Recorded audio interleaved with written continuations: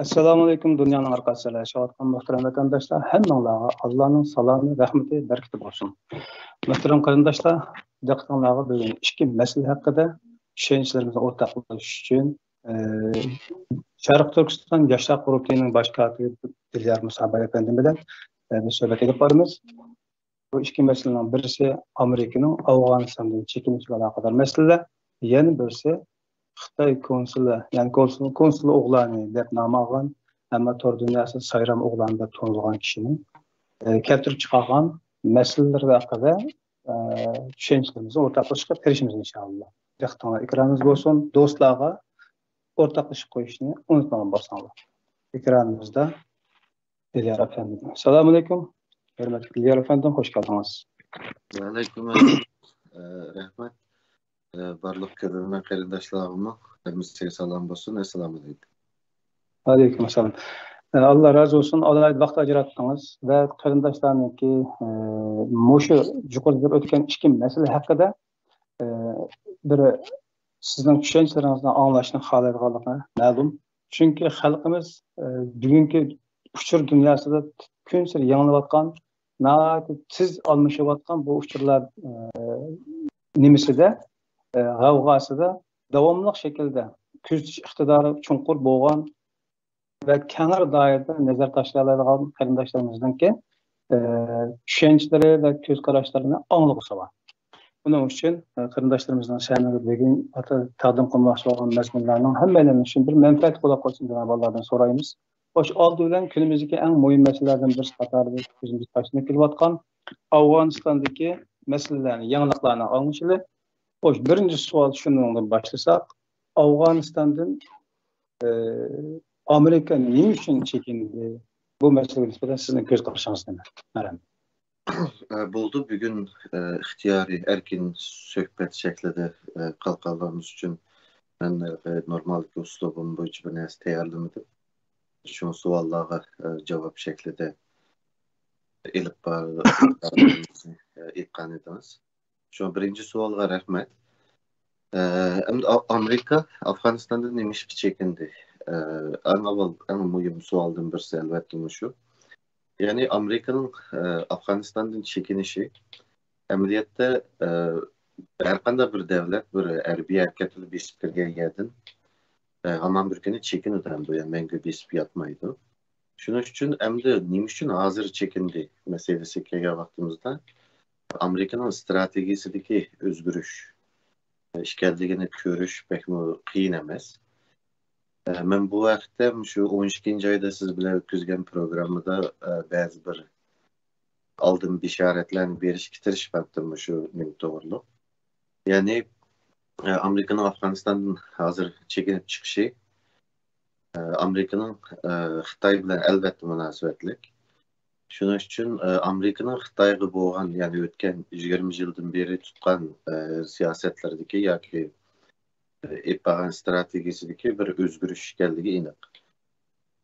Endi Amerikaning chekinadiğini zaten aniqdi, ammo buni haqiqiy nimaga ekanligini, bir plan loyihasiga ekanligini va Taliban bilan ko'rishishni boshlagani amaliyotda Trump. Trump bunun eminimizini tayyor qildi, chekindigan narsani Biden hukumati uni ijro qilgan bo'ldi. Shunga bizga munosabatlik, biz kesib yeta oladigan nuqta Amerikaning Xitoyga bo'lgan strategiyasi o'zgarganligidan bir bishorat bo'ladi deb qarashga bo'ladi. Shu yerda bir mazmun e'tibori bilan bir eslin bergan bo'lsak, Afg'onistonga Amerika nima uchun kirgan edi? Bunda Afg'onistonga kirishimi nima? Ya'ni shu Xitoy bilan munosabatlik. Bu to'g'risida bir yozilgan kitob bor-ku. Endi ma'lum g'arbliklarning shu xalqaro munosabatlar nimalarida nazariyalarining birisida shu Yevrosiyo quruqligini kontrol qilgan, dunyoni kontrol qildi deydi-ku. Shuning uchun endi Xitoyninki shu Afg'oniston yoki shu Qozog'iston orqali g'arbga hozir bir yo'l deb bu aniq bo'ldi. G'arbga yeyilib shu Yevrosiyo quruqligiga g'arbga qarab turib kengayish burilib ko'gili bo'ladi-ku. Shuning uchun bu yana bir strategik nuqtadan bir bo'shliq yaratib bermaslik uchun Xitoyga tashlab bermaslik uchun kirgan edi endi bu yerga. Endi hozir chekindi. Amaliyotda Afg'onistonning jug'rafiyalik o'rnidan elib aytgan chog'da ikki Xitoy, Rossiya va Amerika uchun o'rtaq bo'lgan bir manfaat to'qinishi yoki qolish nuqtasi bo'lishi mumkinchiligi bor desak, bular nimalarni o'z ichiga olishi mumkin sizcha? Endi Afg'oniston burundan geostrategik nuqtadan eng muhim rayonlarning birisi bu. Shu cho'ng o'yin davridala necha imperiyaning orasida qolgan. Onun için Afganistan özümü bir İngilizce köz deydi, Uygurca nim deyimiz bir Allah'ın karşı demdok nim deyimiz. Yani her kanda Afganistan ucumkaga imperiyanın hemiz çöküdü. Şu 2300 yılının aldıda Alexander Makedonovich mi Afganistan'a gelip ahırsı da tutup duranmay, ahırsı da imperiya çökken. Şunun için onun keyin İngilizler besip kirgen, İngilizler 3 ketim vuruştu, yani 1840'da bekliyor. Dalapet'te 1878, 1919'da ahiri Afganlar müstakillığını itiraf kılız demdi İngilizler'e. Birinci Dünya Vuruşu'da tazı çarçağa vaxtıydı. Onun diki uzun ötmeyle ve 50 yılda Britanya'nın çöküşü başladı.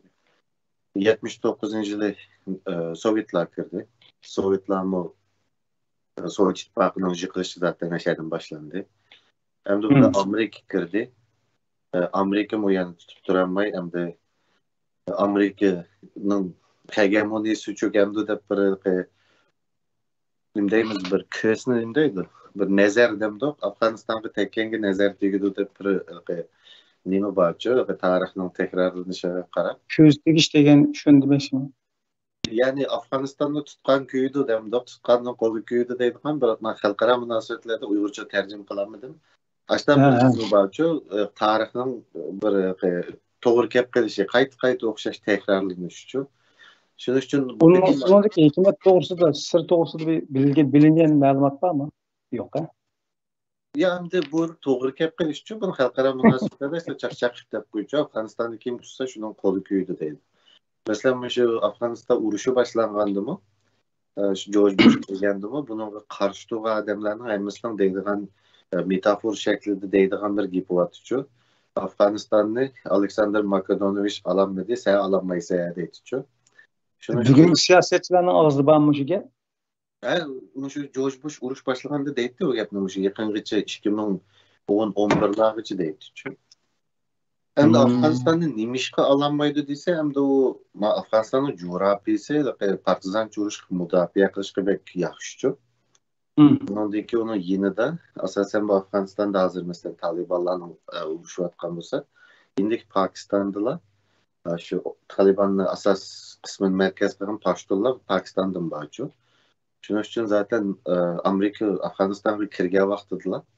Bu Taliban'ın köp kısmı Pakistan'a çekinip olan. Andaki Amerika'nın tüccarları bu şu nimini Talibanlarını kovlap şu uğraşılan bir şey vaklar. Pakistan'ın çigirisi kirgende yani Amerika'nın değil mi? NATO'nun tüccarları kirgende Pakistan bula karşı ok çıkaranca. Şunun bilen yani demek çoğunu o bizden hava rayonumuzga kirmeyse diyen şekilde bir xil Taliban'a bir qo'dash bir meydan iç bergende bildiğin. Şu an NATO o'xshash vaqtda Afganistan'dan o otnon çarçarab Pakistan bilan mı urush qilib ketmaydi deb o'q chiqarmay chekingan. Shu paytda Pokistondagi Taliban kuchlarini hava rayonuna kirmay turib insonsiz hava nimalar bilan dronlar bilan o'ltirib kelayotadi. Şunun için Afganistan'ın mağlup olmasındaki sebep birisi coğrafyası, ikincisi uzun mezgil turup kanalanıp ayarlanğanlığını davalap kaytıp gelip uruş alaydıgan bir zemin var şu Pakistan'da. Elbette Amerika karşı olan uruş jaryanıda Amerika'nın bu rayonda buluşunu xalamaydigan devletlerin hemisi bu Taliban'a yardım berganligi u yani hemeden bu es qila oladigan narsa.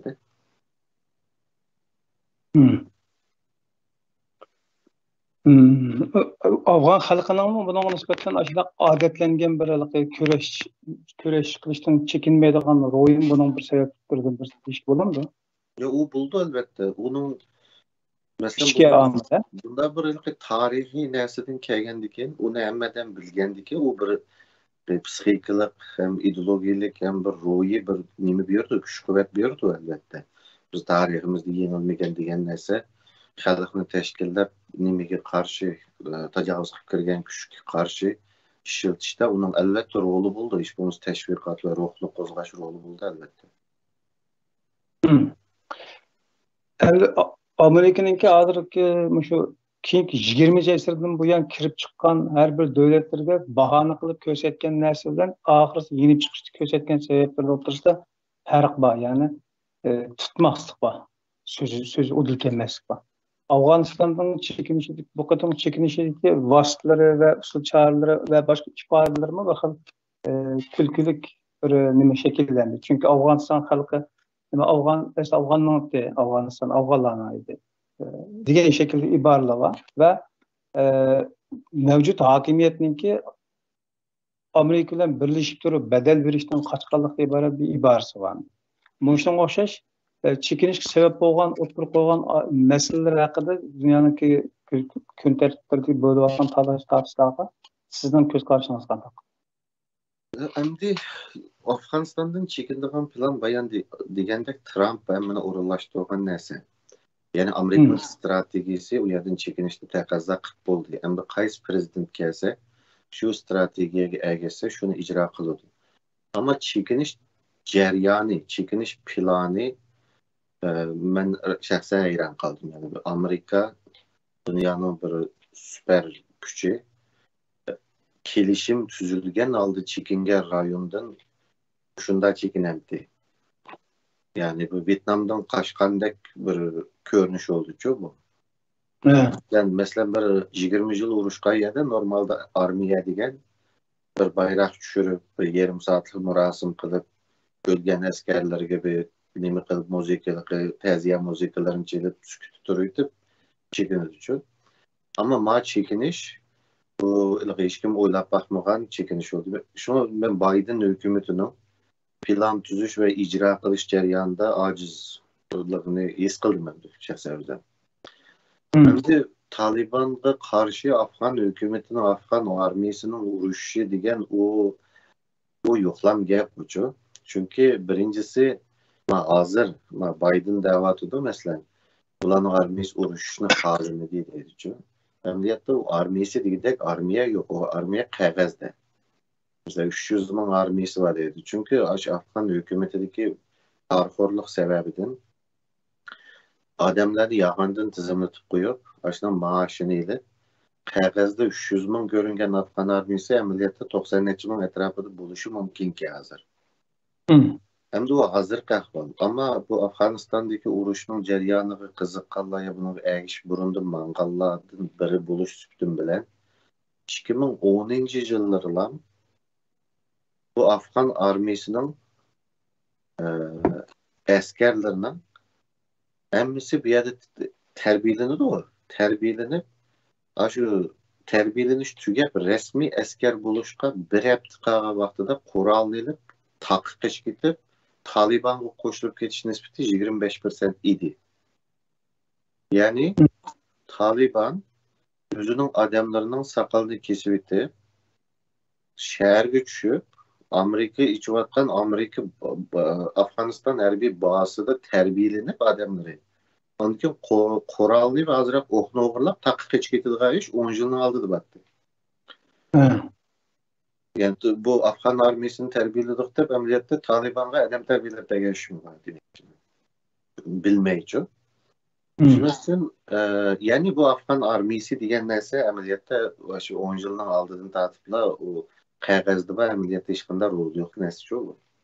Shuning uchun agarda uni Amerika istihboroti bular rostlan 3 oyda tushadi, 3 oy chidaydi degan bo'lsa, menimcha u istihborot xatolikmi yoki bo'lmasa bilib turib qilgan xatolikmi bilmayman, lekin o Afgan armiyasi to'g'riliq 10 yillarning oldida nima jiqdi, norozilik jiqdi. Biz buni kim ishlayapmiz degan savol 10 yil. Bunda ehtimollik bormi?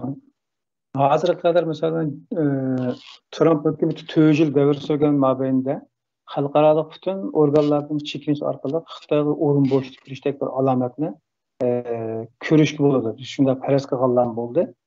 Afganistan'daki bu kadar çekiniş mi? Xuddi Xitayga yani bir yani boşayıp bir onu taşlap bergendek bir göz qaraş var. Siz bunun qanday qaraysiz? Qoşulamsınız?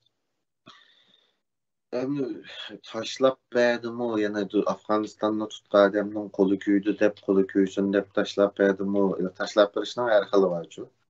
Ba'zi yerlarda faqat amal bo'lmaganda tashlab berib chekinadi, ba'zi yerlarda maqsadli tashlab berib chekinadi. Ba'zi yerlarda istiqrorsizlik, muqimsizlik chiqishini xohlasa tashlab berib chekinadigan ishlarni. Masalan, 2018-yil Amerika Iroqdan chekindi.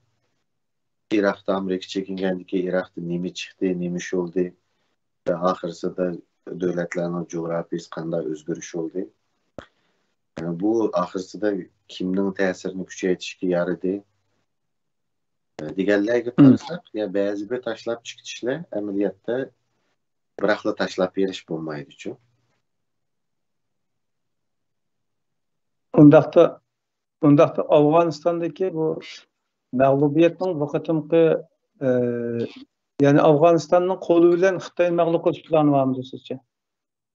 O da hazır kesip bir nes diyemeyiz, lekin senaryolarını çıkartıp buludu. Şu 12. aydaki programda ben bir kanç haberini yığıp, şundan bir xulas çıkaranlar diyen bir isimler aşını kığınıp. Yani bazı bir göz kararlarımızda, bazı bir bunda buluş ihtimali mümkün diyen neslerimizde teşkilat rehberlerine bir portuşturuş demdik. Şuna bir kaldı o programda. İnsan olduğu bu programı xalq üçün emas, təşkilat rəhbərləri üçün də bir proqramı qıldı. Seni qeyrindaşlar qaytadan bir vaxtımız görüp baxsa, şəhədə bəlkə bəzi, bugün doğruluq bəzi bir signallarını bəyən buluşumuz mümkün.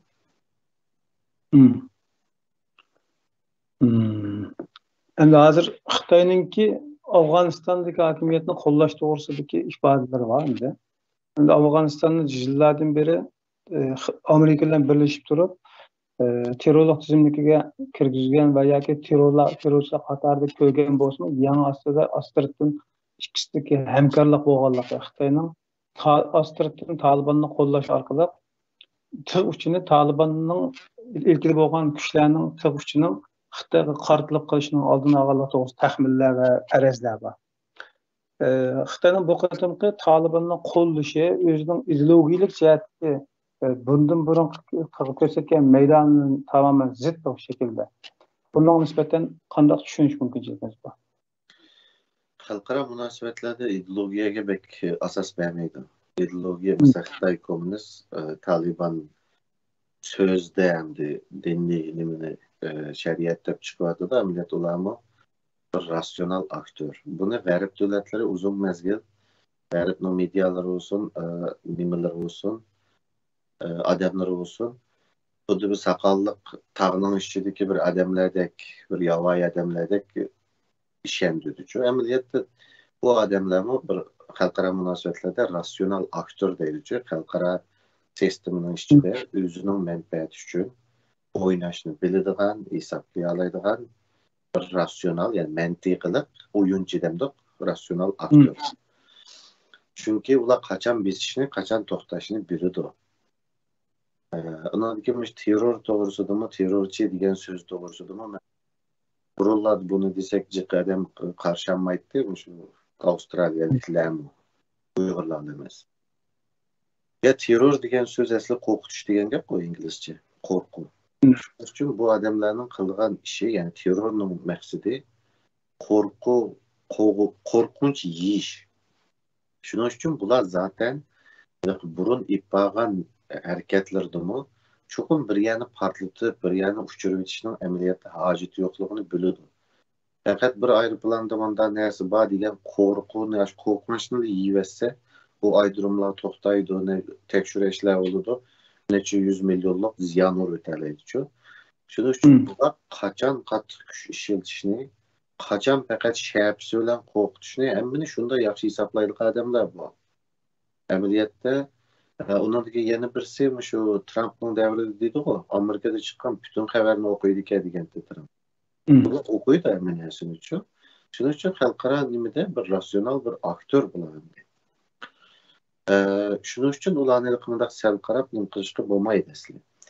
Hem de nimesiga kelsak, Xitoy bilan bo'lgan munosabatga kelsak, hozircha bular nimaga kirgandan keyin Afg'onistonda hozir hokimiyatni qo'liga olgandan keyin diqqat qilsanglar, tadbir to'lab kirmadi.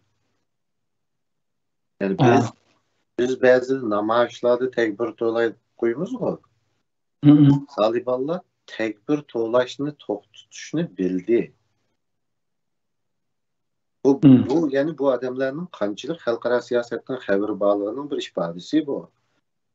Burunlarda olsa şu keşke tadbir to'lab nim qilgan bir kalla kesken bizni o'taga yomon ko'rinishlarni ko'rsatdi u bizga. Hozir qarsak birinchisi tadbir etmay kirdi. İkincisi qarsak o'yinchilarda o'ynayotdi mashinada.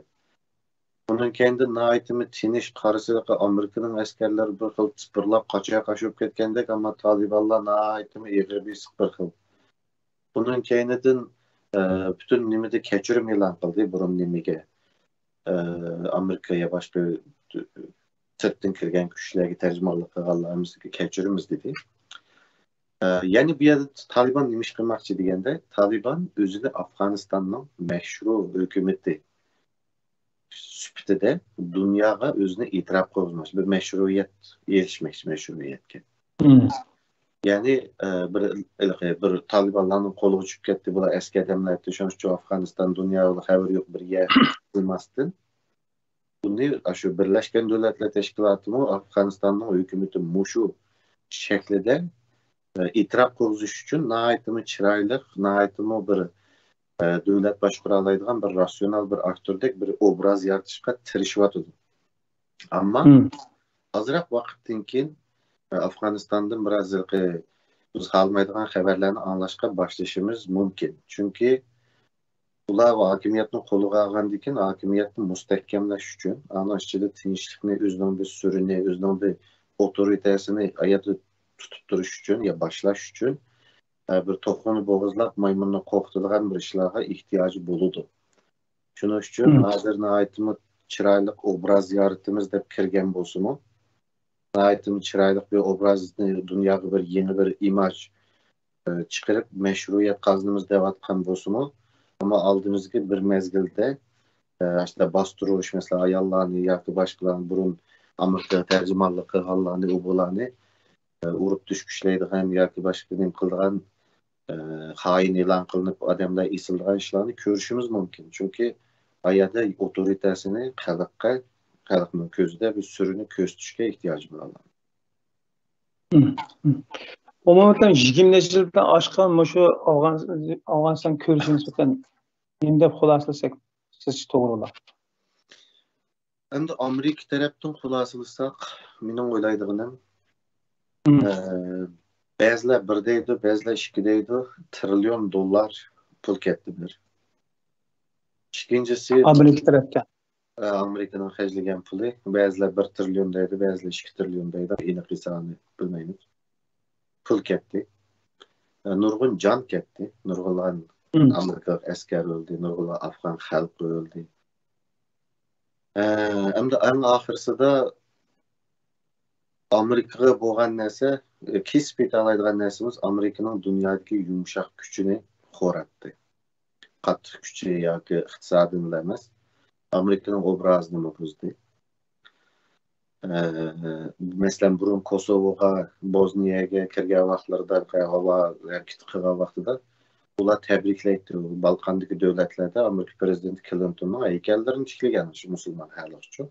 Bu vaqtida bir erkinlik ipkagüchi, qutqazguvchi shaklida başta bir obrazga erishgan vaqtdagi harakat to'g'ri vaqtida, to'g'ri planlangan, uzatib etmagan qisqa vaqtda oz chiqim bilan tez unumga, siyosiy unumga erishilgachga uning Clintonning haykali var mesela hozircha. Ama Mao Naitimi uzrab ketdi bir, ikincisi siyosiy nimaga erishmadi. Afg'on hukumatini birdamchi qildi. Shuning uchun Amerikaning yumshoq kuchini bek ortib etdi, obrazini bek buzib etdi. Xitoy uchun jiq fursat bo'ldi. Bu Afg'oniston kendi Iroqni mı qo'shsak, O'rta Sharqda Amerikaning obrazi tez erib ketdi. Hatta O'rta Sharqda emas, G'arb davlatlarida ham Afg'oniston urushi bunga ergishib kelgan Iroq urushi bilan ikkisi Guantanamo meselesi deymiz, Abu Ghraib deymiz. Bulardan G'arb davlatlarida Amerikaning dunyoga tinchlik keladi yoki zo'migarlikmi degan savollarni o'z yillarcha talash tortishlar bo'ldi bu yerda futbolchilar o'tirishdi. Shuning uchun ham Amerikaning mening deyoladiganim xulosalasak 20 yil urushdi, nurg'unlagan pul ketdi. Xitoyni vaqtincha tizginlab turdi desakmi, bunda urush qilmaymi, Taliban bilan suhbat qilibmi tizginligini bo'lalamdi, ya'ni boshqa tanlash qila olamdi. O'shani yaxshi o'ylashdimi men bilmayman. Ama umumiy nuqtadan aytgan vaqtida Amerikaning kuchini jiq qo'rqitdi. Yumshoq kuchini jiq qo'rqitdi. Men bir turklarning dangliq bir chaqchiqini tarjima qilib yozib qo'ydim. Arba senin gitti, yani seninki oldu, biz demişki ya da konuya degandek bir neymi var şu, yani çıkım Amerika'nın noktasından karşı çıkımdı noktası. Endi geçmişte Rusya'nın nurgun iqtisodini vayron qilayotgan edi nimedeki Afg'onistondagi xalqlarniki irodasi.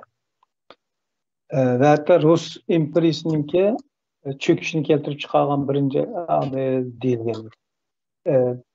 Taxmin qilinuvchi ba'zi kishilarniki, ba'zi analizlarniki farzcha Amerikaning O'rta Sharqda bo'lsin, dunyoning boshqa yerlarida bo'lsin chekinishlari ichki jihatga yemirilishning boshlanishi yoki cho'kishning boshlanishi degan o'xshab farazlar bor.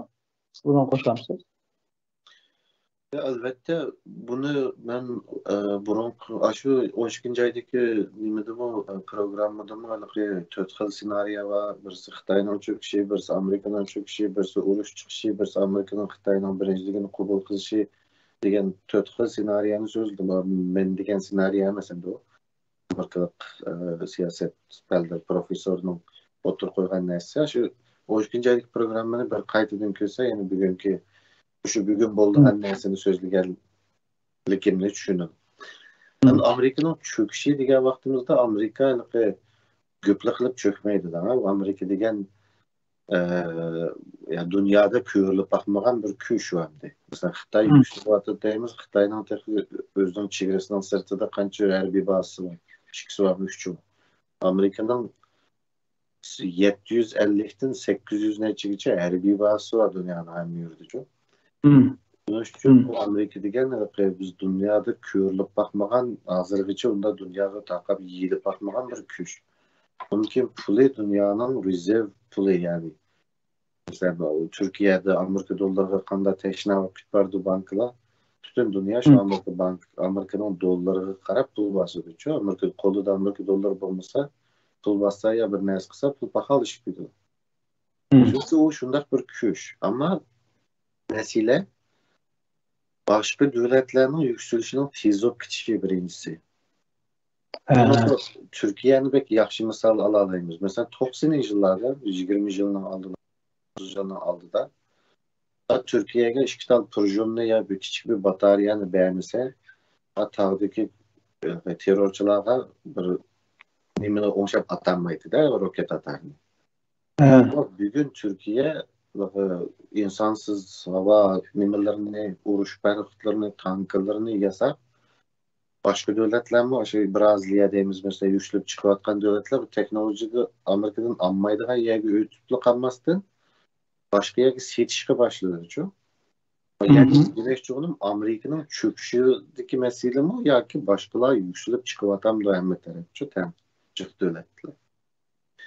Bunun kendinden Amerika'nın tesiri elbette iktisadi olsun, başka cihetlerden olsun hem burunkudek karşı tarafta mesela Irak'ın kolu değişkenler neresi yok, Amerika'nın koludaki korallar bek ilgartı ve asallı jürüştürü çok.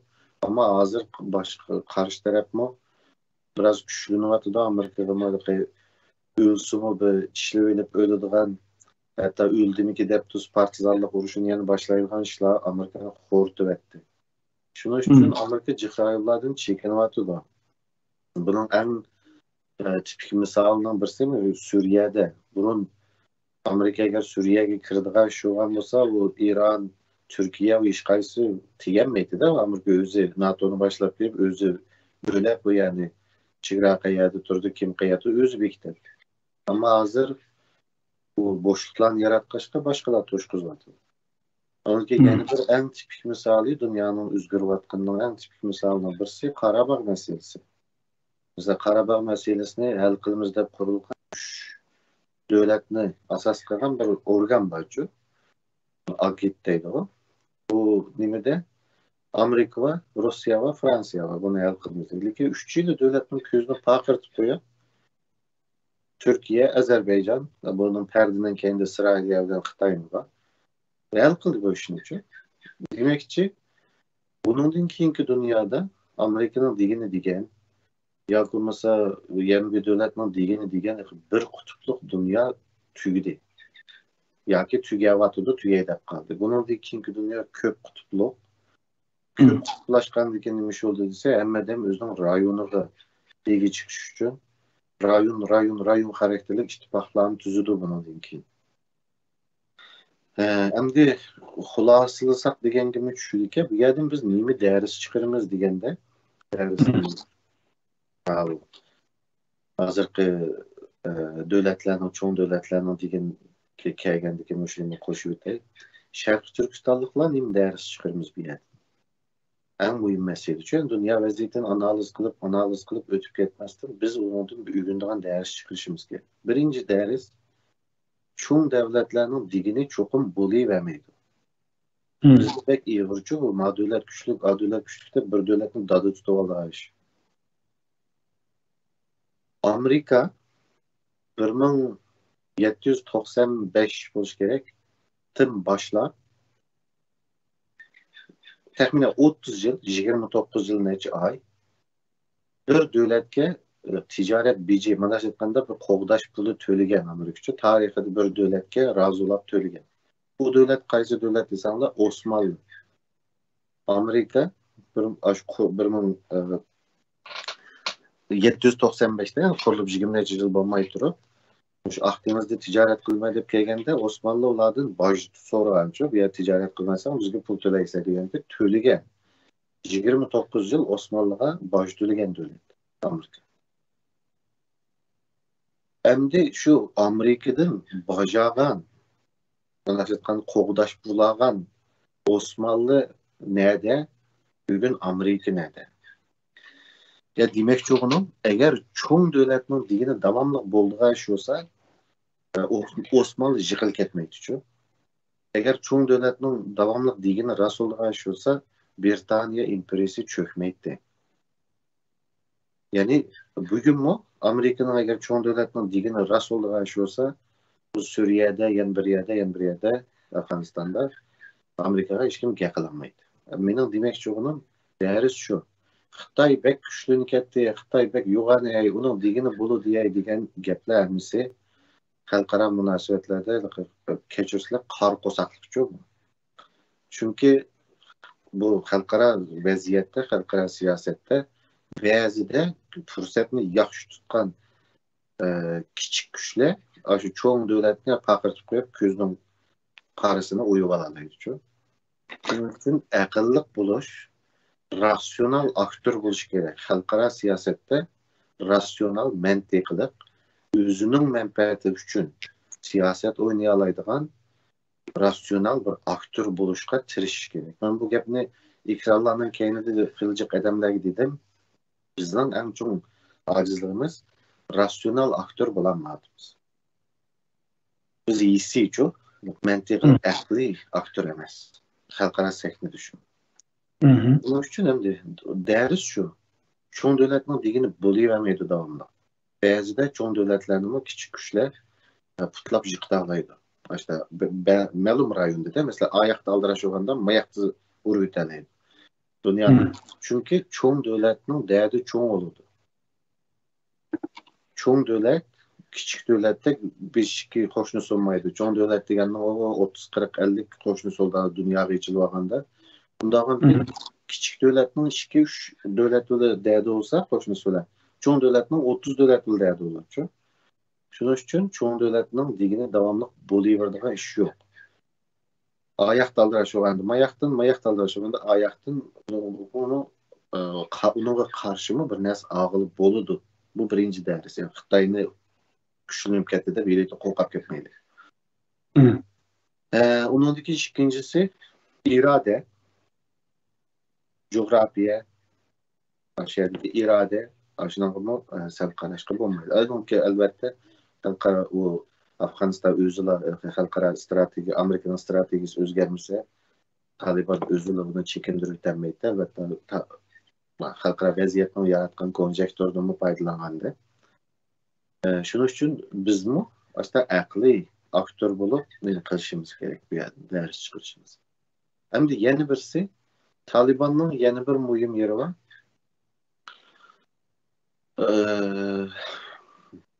Bu Taliban doğrusu da bizden kıyırındaşlarda belki çoğun talaşlar temiz soğuştu Afganistan doğrusu da biraz ağır görünüşünü bilginimce bir izahlaşıp bitiriş bakayım. Bir nesne mahiyetini düşünüş mümkün. Bilisizler 1960 yıllara qarsanlar, 1970 yıllara qarsanlar bütün O'rta Sharqdagi odamlarning kiyinişleri yemizə g'arbnikiga o'xshashdi. O'xshash kiyinadi demisi, işte ochiq deyli misal. Bundan keyin Sovetlar bilan g'arb o'rtasida sovuq munosabatlar urushyapti. 1979 yılı 3 tane iş yüz berdi dünyada. Bu 1979 yılı O'rta Sharqning tarixini o'zgartirib o'tgan, bütün taqdirini o'zgartirib o'tgan yil deb qaraladi. Bu 3 tane ishning qaysi oldida bo'ldi, qaysi keyinda bo'ldi emas, ama qatorasiga sanayman. Birinchisi nima? Sovet Afg'onistonga hujum qildi. Besib kirdi deyli, hukumatni almashtirib, kommunist davlat qurdi. İkincisi İran'da İslam inqilabı patladı. Üçüncüsü Mekke'ye bazı gruplar, Şia grupları deb qaraydi bazılar. Mekke'ni görüp geliş vakı sözledi adamlar. 3 tane vakı. Bu yerde hem de Mekke'de görüp ağa vaxtıda bu yerde iş acayip çok. Bu yerde adamların görüp gelip aldı bir grupa. Görüp gelip alğandıkken bu Mekke'ye Suudi Arabistan'ın alaylı kısımları bir yer neymiş kılışın Fransa'nın alaylı kısımlarına ekirdi. Fransa'nın alaylı kısımları kelgen vaxtıda Mekke'ye, Kabe'ye yani Mekke'dekinin Kabe demek istedim. Kabe'de görüp geliş vakı sözlüyor. Fransız askerler Müslüman bulmağaç ki bunlar kiremmeydi bir yerge şu Fransa'nın alaylı kısımları şehadet etti zulü. Şöyle bir şehadet etti bu Müslüman bulup kırdı. Kirgendikin bular o yerde yetişip yonim kılıp cık mukaddes yerde kan tüykosu bulmaydı. Bularının kırgayışı nimotsa Fransa'nın alaylı kısımını. Kabe'ye sunu toşkuzuplar. Belgike gidek sunu toşkuzup kuyup toksimini tıkırıcı sunun üstüne. Şundan toktular şu görüyor ilangan mı ağanmayımız öldü. Şundan Fransa'nın alaylı kısımdan Kabe'nin işçiye şehadet etip kirip kırgayışı sunu koyup tokunu tutup ülekini süzüyle işte hırsıda. Kabe'nin de kurtkuzudu. Onundaki İran'da Amerika'nın 53. yıl tikilgen bir şah var. Bu şahını İran bir molla örgüt edemdi. Bu molla Fransa'nınkidir. Fransa'da Khomeini. Onunkin nimige Afganistan'a Ruslar kirdi. Ama bu üç narsa O'rta Sharqni o'zgartirdi. Birincisi şu O'rta Osiyo olsun yoki O'rta Sharq olsun. Onunki yana bir narsa bor kerak. Ondan 1-2 yil burun mana nimige Irak'a Ruslarning bir evetken jasusi var. Bununla şu Irak'taki Kürtlerni, onu bunu bizdeki işlerge nim qilib bo'lamdiki yoshlarni qo'lga keltirib bo'lamdiki deb evatkanda buni qaytargan javobi va qiziq. Arablarning aynan aloqa etganmiz degan uchun. Shundan bu ba'zi partiyalar u bo'la qurildi, Saddam Husaynlar, Suriyada nima. Ya'ni bu yerdan nim demoqchi deganda G'arbning liberal kapitalist sistemasining ideologiyasi Sovetlarning kambag'allar, proletariyat, bu vay dehallar degan ideologiyaga qarshi bu kambag'al rayonlarda kuch qozonolmaydi. Aniq ustunlik egallay kommunizm bu yerga yamrash ehtimoli bo'ladi. Onun kendinden nima? Sovetlar besib kirdi. Qarasa bularning shu 79-yildan burun Amerikaning O'rta Sharqdagi eng yaqin ittifoqdoshlaridan birisi Irandanlar. Iran bilan bek yaqindir. Ama inqiloblar ve İran'daki hükümetimiz yıkılgandan keyin, ondan keyin Kabe'de maaşı olgandan keyin bu g'arb davlatlarga bir chiroq yoqdi. Nima?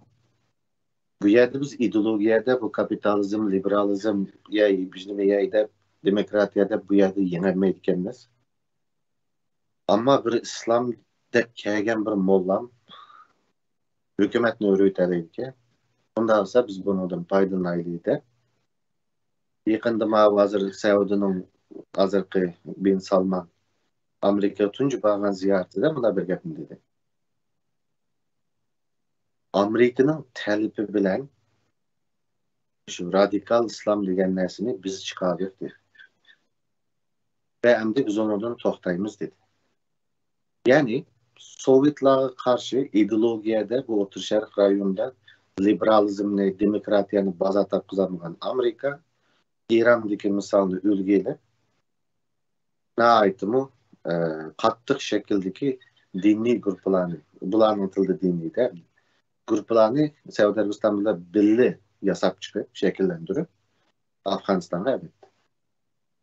Mesela Bin Laden Saudiya Arabistonlik adam. Ben çaqchaq qilib aytdim, buni bormayman deb ikki qo'ltig'idan ko'tarib olgan jo'n Afg'onistonga. Şunun için aşındaq yasab chiqildi bu narsa. Sovetlarga qarshi turish uchun. 1982-yildan boshlab bular kuchlandi, undan keyin Xitoy oyoqdan yordam berdi. Men Xitoyning burun yordam men detallarini bek to'liq bilmaydim-ki, uni yaqin o'rgandim, raskat qilay. Shunda Sovetlarga qarshi bularni qo'lladi ham. Qo'llab urushdi. Bu hozir deganlarimni tushunish uchun, qarindoshlarga his qilish uchun kitob o'qishinglarni hojat yo'q. Rambo 3'ni ko'ringlar. O vaqtida mujohidlar degan nima erkinlik jangchilari Rambo berib bularni Belaruslarga qarshi urushdi, o'sha yerda ta'sirli ekan. Yana shunda qilib bir qarshi bir kuch yasab chiqildi va ularni urushdi. Ondan keyin o Sovet ittifoqi cho'kkandan keyin, andan keyin 90-yillardan boshlab bu radikal islomda bu degan jidallar bilan bu yerga o'zi kirgan ish chiqdi. Ya demakchi o'g'lim O'rta Sharqning taqdiri ana shunday ichki geopolitik yoki geostrategik raqib ichida bo'lgan ikki cho'ng davlatning bir-biriga bo'lgan qarshiligi sababli O'rta Sharqning butun nimasi o'zgardi, butun ahvoli uchun. Shuna buning oq ko'rinishini bilish kerak. Albatta u yerda insonlar yana dunyoning Amerika inson o'xshash inson. O insanın adam ölgenge koşup gittiğin ya balık ölgenge ayacanlık gittiğin iş yok. Çünkü emmeden yıkıllarda ayrılsa emmeden okşaş olur bizden hissiyat. Şunun için çoğun devletlerinin birbirisi bilen boğan desteşken, birbirisiyle üstüşken nemisi de, musabıksı da. Bunu resmi til bilemanda dedi, iki pil birbirisiyle uruşsa bunun zararını, zihnini gülçimen tarif ediyor. Desini kütüdü. Şunun için bu iş bu yani o yerde asakal koyduk ki eski ki ama bu erkinlikni demokratiyanı kovduğu ki ondan neyse yok. Abiyam çıkardıgan derslerimiz diyen gibi koşup koyayım. Dünyada, bugünkü dünyada menfaatli var. Bazı kıyrandaşlı var. Şu Arap dünyası demokratiyanı acayip kovdaydı, erkinlikni acayip kovdaydı. Jığlasak bizni kutkuzup koydu. Qanday bo'ldi Afg'onistondagilar hozir yig'ilmay atanda ularni ajab qutqizib qo'ymadi. Chekinib chiqdi-ku yani. Ya'ni dunyoda manfaatli qarindoshlar. Bu degan gap hammasi eski degan gap emas. O'zimizning manfaati nima?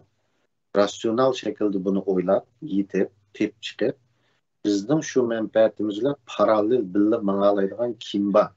Shuni tep chiqib menfaatla o'rtaq yerga kelgan odamlarga parallel minishimiz kerak. Bo'lmasa Mesela Amerika Suriye'de Kürtlerini kollab gazını, havanı berip ahırsa taşlap berip çıkıp ketdi. Afganistan'da bu taşlap koyup çıkıp ketdi. Yani bu bir yer Amerika'da yamalmayız. Çoğun devlet degen şu. Başta oldu. Menfaati kege vakti kollaydı, kemiyatı taş etip çıktı da biz. Hazırgacha Ruslarga qarshab o'tirmiz bu. Albatta normal ishlar.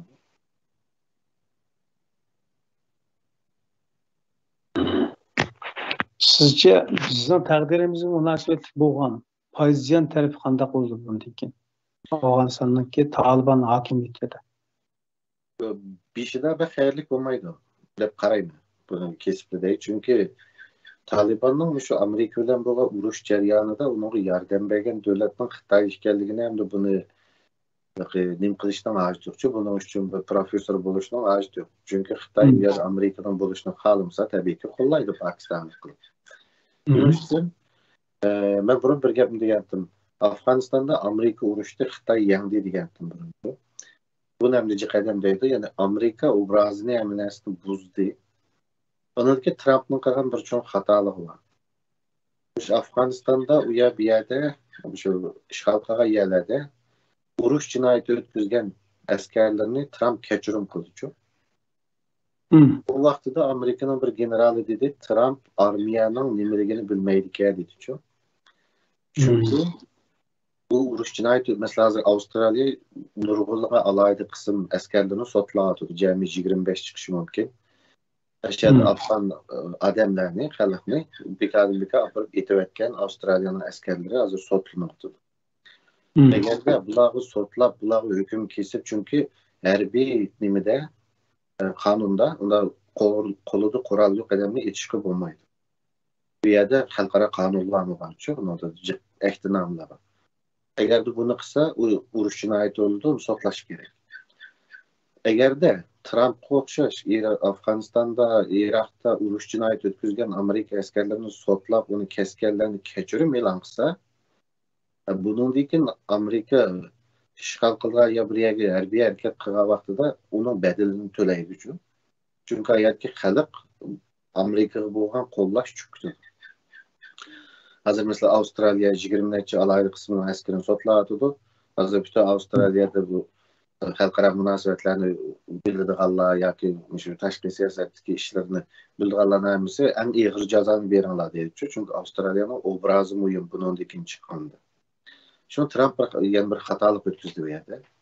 Bu narsaning ta'siri bo'ladi, bedeli bo'ladi keyin. Bundaqda Xitoy bilan bo'layotgan hozirgi hamkorlik masalasida biz Sharq Turkistonliklarning izchil qurbonlik bo'lish ehtimolligi yuqori. Yana biri dunyoning har qaysi yerlarida mujohidlik tushini tushayotgan yoki orzusini yashayotgan qarindoshlar bor. Ilgiriki bir mavsumliq Suriyada boshlatgan bu islom davlati degan bu olbunninki azdırışı tecik insanların ki behuda qonun berganligi ma'lum. Yani xalqaro islohotchilar deb atalgan amaliyotda buzg'unchilik qilayotgan bu kuchlarning ikkinchi bir variantini o'rtaga chiqib Afg'onistonda ashtaq islom davlati tushuningchi.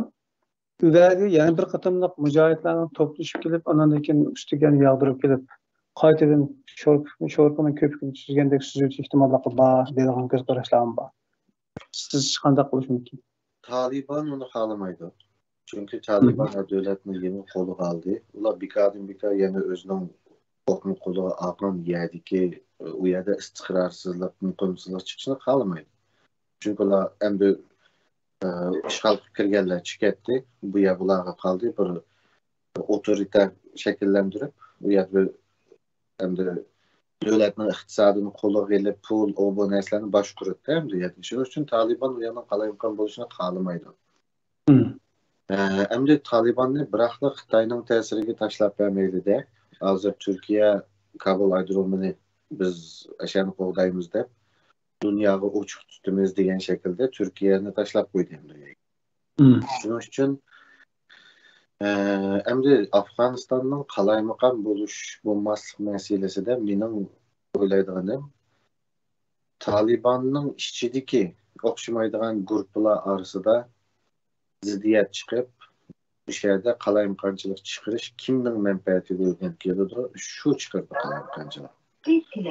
Ammo u hargizmi nimaning Talibanning manfaatiga to'g'ri kelmaydi qalayimqonchilik chiqishi yoki endi bu davlatni elib xalqaro mashruiyat qozonimiz, xalqaro bizni tanıydı, Afganistanning qonunli mashru hukumati deb tanıydı deb turgan vaqtida yana u boshqalardan kelib bu yerda yana xalqaro jiddiyat erishini Taliban onu xalmaydi. Talibanning keçmişdeki şu aqidivi, fikrivi devletlerninki, hakimiyetlerninki mağlubiyetinden ders çıkarganlık ihtimallığı var. Bunun için daveti var ama şu her qanday güçlüğün bizden faydalanıp gittiğin bir yerga aylandırılışını ruhsat kılmayımız diye şekilde ibaraları var. Endi keçmişte daha yakın tariximiz nazar salsak Mursi hakimiyetininki yani İslamның kilaçki bilen boğan bir gölünüşke işki açı ihtimallığı boğanlık bilen eyiplenip ağdırılganlık ilgili sürülgen ediyiz vaqtida. Bugün Taliban hakimiyetininki özünün jigimcil ilgirki okşaş fikirde ekenligini fakat vasıtalar bilen biraz dünya maslaş karakterde özürlük yasaganlıkını ortaya koyuyordu. Ondaqken Mursi hakimiyetinin tiklenişini xalamagan güçler qanday qilib Afg'oniston hakimiyetininki mustaqillikka yo'l ochgandi degan bir savol bor. Mursi yalğız İslam'ın gülleniş şaraiti yaratıp verdi diyenini ben düşünmedim. Çünkü Mursi'nin çıkışının sebebi Mursi O'rta Sharqdagi tampolliqni buzib etdi. O'rta Sharqning bir tampolliq var, Mursi'nin bir-birisiga sap qo'ygan. Mursi chiqib qag'ashi G'azzaga chegirani ichib etdi. Amerika ve başkalar kabul kılan esimiz. Palestin'in Gazze'ni 3 taraftan korşaklık emas mı? Bu yerdeki çevirini içiverse, bu yerdeki doğru yemek içmek, bu neskergenden sonra koral yarak mı kırdı deyip Mursi'nin birinci kapkagan nesli şu. Onu dik elbette Müslüman kıyırındaşlar diyen teşkilatlarının partiyalarının yaratman tesir elbette bu mümkün. Peki yalnız İslam'ın gülleniş sebebi emas şu. Bu yerda yani Mursi'nin xalqaro munosabatlarda xato qilgan va yoki o'zining maydonida esa qilishga aldirab ketgan ishlar bor. Endi buni o'rvatdi Afg'onistonda nima ishga uning yo'l qo'ydi desangiz, buni o'rvataliga o'rvatdi Afg'onistonni tutib turamag'ashga chekindi-da, ya'ni. Chunki u yerda askarlar turaversa, uning maliyati bor-ku, puli. Hozir u Afg'onistonda yoki bir armiyani bir yerden bir yerga yo'tkab apirib, bu yerda tutib turib, uni urushtirish degan u yomon jiq pul ketilgan ish-ku. Shuning uchun uning maliyati bo'ladi bir yandan, uning kendidan geografiya, uning ya yo'qitib etamidi, ham strategiya almashtirishga to'g'ri kelib chekindi. Ya'ni mana shu qanda Talibanga yo'l qo'yishning sababi ularni yo'qitib etamidi. Biroq uchun Mursini o'rvataliga ish ko'rildi-da.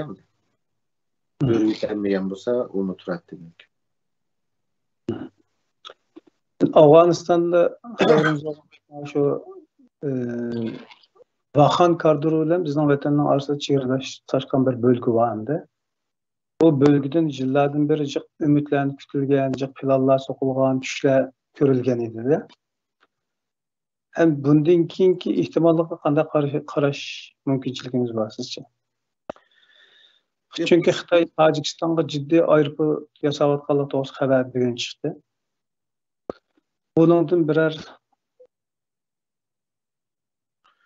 hozir bizga kelishdim burun, bu Sharq Turkistonliklar kelishdi burun Xitoyning Afg'onistondagi ta'siri, ya'ni bularga bo'lgan munosabati deymiz, yoki yumshoq kuch jihatdan Amerika andaq o'zining obrazini xunuklaştirib olgan bilan Xitoyningki yaxshi-ku bu yerda.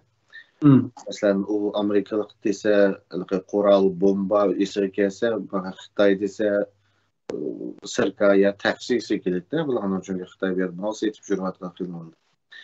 Şunun için hem de mavi bizde, yani bizde lagerinin demiş içiliğinde hem de düşüngende bizden halkımız.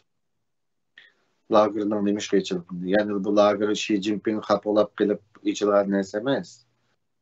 Yoki bo'lmasa Uyg'urlar qalay qayshlarga aralashib kelib ichilgan narsa emas. Shu mana mushuning oldini olish uchun ichilgan narsa. Yani bu şu rayondaki özgürlüğünün aldığını ilişkin Xitaylarni ko'rdinglarmi? Bizni radikal terrorchi bu deb lagerni ichib solab bo'lib, o'zi Xitoylar hozir saldan yo'gab chiqib o'tibdi-ku Taliban yashsin deb. İşte qiladi. Ha, yani bizde lagerning ichilishini 12 Xitoy Xitoylarning jiddiy afg'oncha kunayotganligi ma'lum bo'ladi hozir. Uni qilib bo'ldi. Shu Hindistondagi, Afg'onistondagi, Pokistondagi xalqlarning tilini, kulturini tadqiq qilib, o'rganib qilyapti, qilib bo'ldi. Xitoylarcha. Ammo bir teatr tarafi hech qaysi davlat Xitoyning ichidagi o'xshamaydigan xalqlarni, bu Xitoyning sharqiy rayonidagi Xitoy atliqqa o'xshamaydigan xalqlarning kultural farqlarini, tilini, hammasini tadqiq qilib aloqa qarshi ishiltish degan bu g'arb davlatlarining tuzak ahlari kamidi-ku. Ammo Xitoy uni qilyapti. Shuning uchun 12 oyda ikkimiz qilgan programmada mundaq degandim. Lagerlarning ichilishining sababi Amerika bilan Xitoyning oldida bir strategik bir raqobatda ikkisi bir-biriga qarshi keladi. Qarshi kelganda Xitoyning eng ojiz nuqtasi Sharqiy Turkiston. Shuning uchun Amerika bilan haqiqiy raqobat boshlanishdan burun Xitoy o'zining eng ojiz nuqtasini tozalab, ya'ni o'zining kallasida o'zining uchuyini tozalayotdi degandim. Ikkinchi aytchu. Yani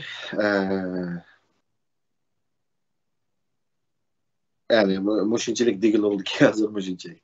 Tamam. Tamam, onda Afganistan hakkında yani başka suallar olsa arkadaşlar sorsanlar bo'ladi ciddi men bu inkaslarga tepsili qarab olamayap qoldim. Bayatın siz biz rasyonel aktör bo'lanmadik, asli shunday bo'lgan bo'lsak yaxshi bo'ladi degan bir ibarani qo'llangan edimiz. Yani Uyg'ur ziyolilardan Nurgul Saudxonning boshqa bir narsani debdi. Yani rasyonel aktör emas, belki aqalliy bo'lishimiz lozim edi. Yani reis bo'lish lozim edi degan so'zni qo'llanibdi. Reisdi. Siz qandaq?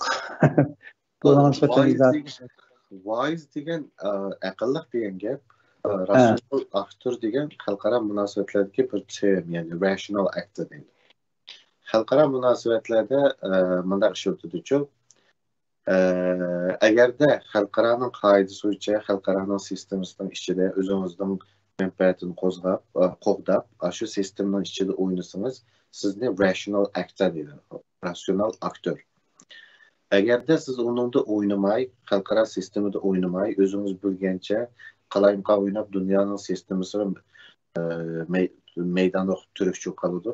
Dunyoning sistemasiga jamilan qilib, shunda yursangiz, rasional aktör bo'lmaganda irrational, ya'ni irrational, mantiqsiz aktör deydi. Buni xalqaro munosabatlarda rogue state deymiz. Ya'ni turkcha haydut davlat, ya'ni qaraqchi davlat. Masalan, Shimoliy Koreya. Shimoliy Koreyani rogue state deydi, rasional aktör emas, rogue state. Shuning uchun bu wise bo'lish kerak degan, umuman normal inglizchadagi aqlliq degan gap. Ammo xalqaro munosabatlarning termida rasional aktör, rogue state degan ashtaq nimalar bor. Masalan, Amerika farq emas yani. Bir axir misol beraylik. Masalan, Amerikaning ba'zida Ironga qapib qolgan, Ironga qarshi turadigan diplomatlari Iran is not a rational actor deydi. Iran rasional aktör emas, rogue state demekçi, haydut davlat, qaraqchi davlat demekçi. Şuna bu nimedeki bir terim, yani sahadaki bir uqum.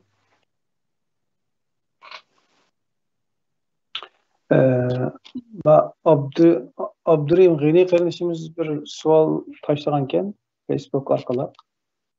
Ba'zi bir qism chet elliklardan kelgan javobni o'rtoqlashib, sizning ko'z qarashingizni istabdi. Agar ekranda o'qiy olgan bo'lsangiz, javob tövendeki ekan. O'qidim. Huy, axir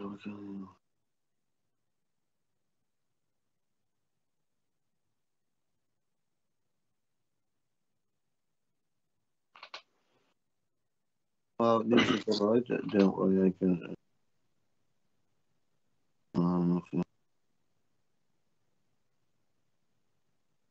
Eğer cevap beriş epsiz olsa keyin ayırın to'g'risak bo'ldi. Tamam. Ya bu bekle kesip tuttu o İslamik terörçü teşkilatlar Xitoyga qarshi nima qildi, urush e'lon qildi bu. Manaqchu bu strategiyachining javobi deydi o, ama bu İslamik terörçü degan so'zning qanchalik umri qoldi sizlarcha? Yani Şu 11 sentyabrdan keyin biraz bazar topgan uzunga bormidi bu? ya hozir İslamik terörçü degan so'z barbara oldimizda yo'qolib ketadiganidek his qilmayman men. Şu qolmadi shu. G'arb dunyosimi shu islom bilan terrorlikning ikkisining ayrim ekanligini his qilishga boshlagandan keyin andin Suriyadagi u nimaninki islom davlatining obrazini xunuklaştıradigan shakldagi u yo'llar o'tirib chiqib, bu yana bir mezgil qilgan. U yana uzunga bormadi. Yani hesapda aynı itekli yapılı olmagandek insanların izlenişleri yana haqiqatga bordi, ulaştı.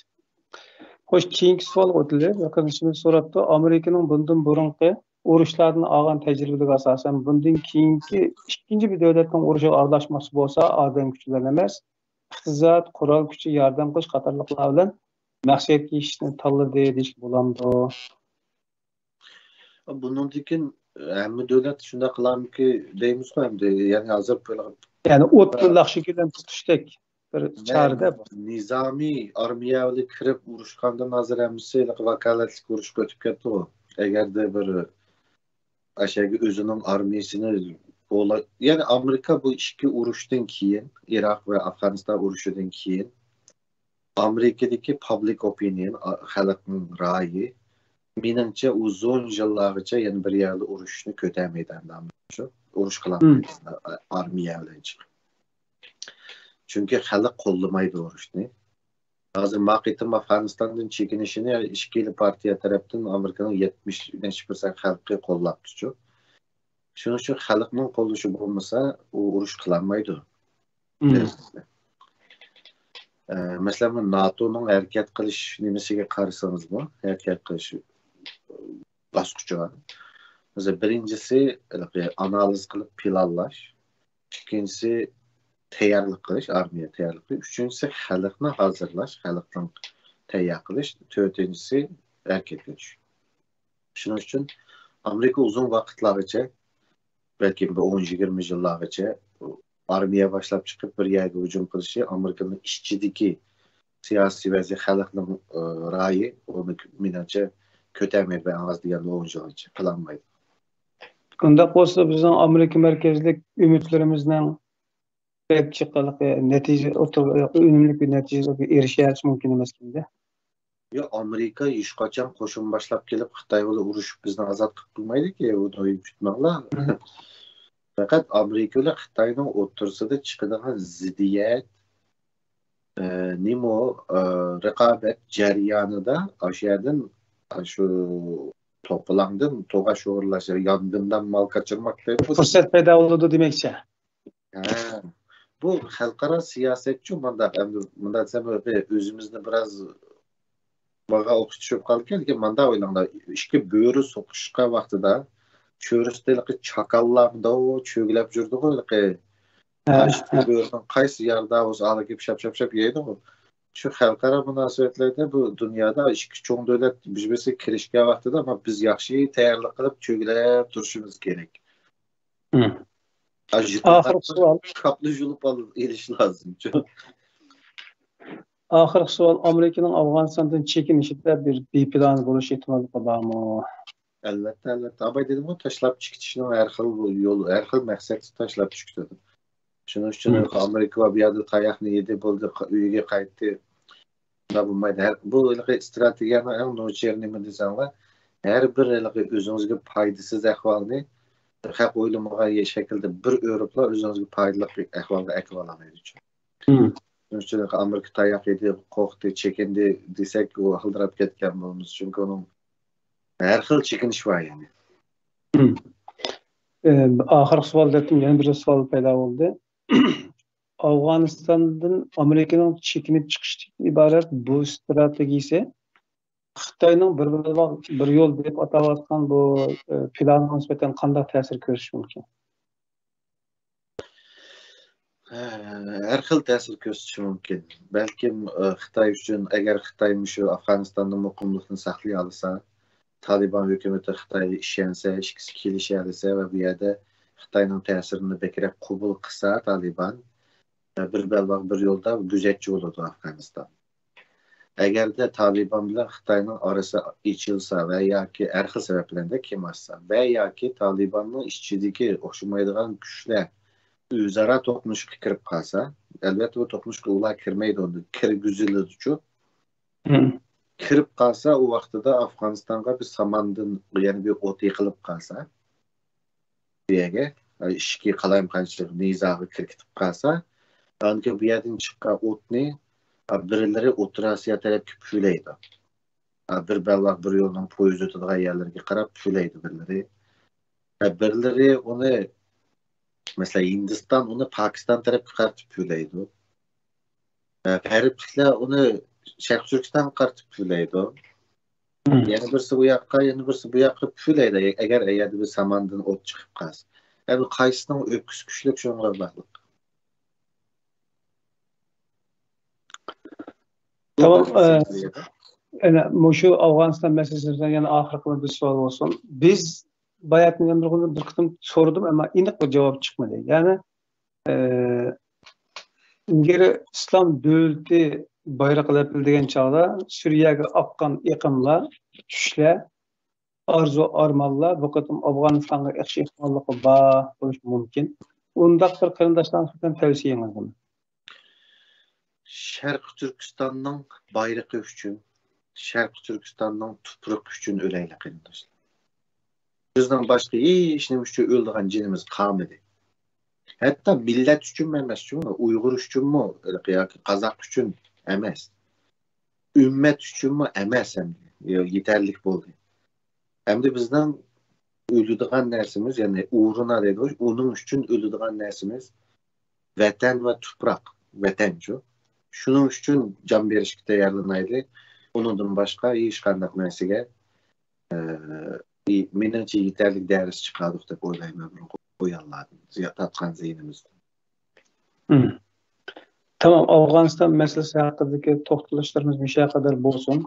Hem növbette yani bir halkımız arasında oğul payda kılgan bir mesele oldu. O bolsun konsul oğlanı depkin namı bu şekilde atılıp kelgen. İlgiri Sayram oğlanı degan namda tarihi kalem kuvveti bilen bir ta'sir payda kılgan şahsiyetninki yani bir yüzü aşkarlangan bolgan. Bunun meseleleri hakkında olgu kozgaldı. Siz mi bunun da aralashgan boldunuz? Bu iş nisbeten sizin onun göz karşınız kandı. İkramımız arkadaşlar yani ortaklaşkan bolsa, rahmet. Hem de ben konsulovlarını da çünkü siyasette pek mühim bunda kısımlarını muhimlaştırış. 20 yıldan keyin bu heyli qıballı manda olgandı emas konsulovlarını vakası depla isidi qilish kerak şu xalqma. Şunun için bu hem de çıkışı normal. Yani Xitayning konsolluğuga adamlar jiq. Bu çıkkandan keyin onun red qilishi, onun ishtirilişi, tishig'i jamoatning ishtirilishi ve nima chiqishi normal. Ve hazır Türkiye'de ben bilmeyim ama perez kılalayım o halk emisi özün hatut hazır olmadı. Anadiken onun Uygur Akademisi'ne makaleler yazgını ve Uygur Akademisi'nin kığını doğru aslı. Çünkü biz mesela bizim bir teşkilat, bizden işçimizde hem adamın kimliğini biz bilmeyiz. Yani o konsolda kaçıncı yılı konsolda kirgen ulanı hemini biz bağlamayız. Bunda olan ki işçi hem teşkilatın işçi de aşağıda 40 adamla buluşu mümkün. Ama o adamla bay kalgan ama Mesela Uyghur Akademiysidek. Biz bunu bilmeptik emas, ama hazır bildik. Bunu dikin maqalasını vermeyimiz. Bunu qilishimiz kerak emas. Ama onunğa, o konsologlarga bunu biz bilmeptik emas, hazır bildik, chiqirib etdik. Diye yerde tugaydigan mesele başka taraftan kelgan, biz bunun o'tmishini bilib turib, bunu qabul qilgandik, bu gunohsiz emas degan narsa bilan bu başka yoqqa ketdi, başka narsaga o'zgarib ketdi. Hazır bu mesele konsologlarning meselesi emas. O zaten Türkiye'de onun işi tugadi zaten şu. Bu nimini isbotlaydi, yani bunun bundaqligi xoinligini isbotlamdi, emasligini, u yeriga kirmaysiz, biz xalqaro sud emasmiz. Bu faqat bir narsani isbotlaydi, ya siyosiy axloqsizlik, siyosiy sharafsizlikni isbotlaydi. Bizga u yetadi. Tugadi o'shada. Nimini o'lcham qilamiz, xalqaro sudga tortib, yani biz siyosatda qonunning farqi bor-ku. Qonunda isbot manda isbotlanmaguncha gunohsiz. Siyosatda unda emas. Siyosatda odamlar qabul qilinmaydigan, bizning xizmat qarashlarimiz qabul qilinmaydigan, siyosiy chiziqlarimiz qabul qilinmaydigan narsani qildimi, u tugadi o zaten. Masalan, o'ylab yiqilib bir odamning shu axloq jihatdan siyosiy nimada axloqsizligini isbotlash uchun cho'qimuning axloqsiz videosini ekranda qo'yib berish kerakmi yani? Siyosatda unda shumaydi, siyosatda gumon yetarli bo'ldi, unga qabul qilarlik javob beramidimi, bo'ldi, tugadi ish. Ama bunu uzatib, bu yoqdan bu gunohsiz diye bunu biz bilib turib qabul qilgandik. Ondan keyin 2016 yılı ben bu konsolga kirib chiqadi demay degan narsalar bu ishni boshqa narsaga o'zgartiryapti. Bu ishning hozir ismi shu. Bu konsollarning tergan ishining oxirgi ismi bu bir psixologik urush hozir buchu. Ya bu urushda buni xato degan, Sharq Turkiston shu davosini qilayotgan, buni xato deganlar hal qiladi. Bunun tekin konsolga kirmen deganning yuragi jig'ildaydi. Yoki bo'lsa, buni chapan yepib, yana nima yepib, bu konsolga kirdiganlarning yuragi buningdagi yo'g'ini aytadi, bizni aqlaydigan aytadi balki. Erkinlikda qapandimdan qilgan eng cho'ng xatolarim shu. Buni bir psixologik urushga aylantiryapti axir. Ya psixologik urushdan psixologik urush. Mundaq bir ifade var yerde. Yani aslında mesela Erkin Sıdık Efendi'nin ki jurnalıga haber yazmay, başka yer yazgan bolsa, özü kılatkan işilen bir vasıta münasebeti bulmagan bir avalasında Erkin Sıdık Efendi'nin bundaq bir inkar çıkışı natayın boluş mümkün. Yo, ne kılatkan bir işinin bu ülkede boğallık uçurulan bu şekilde ifade otura çıkan değişik bulamdı. Mandaqçı bu bir prensip meselesi ve bu bir davanın psixikasini, davanın moralini tanışaydigan, belgileydigan bir narsa. Erkin Sıdık Efendimning yeniden chiqamdi, Dolqun Aysa Efendimning yeniden chiqamdi, ya bizning yenimizdan chiqamdi, kimning yeniden chiqsin?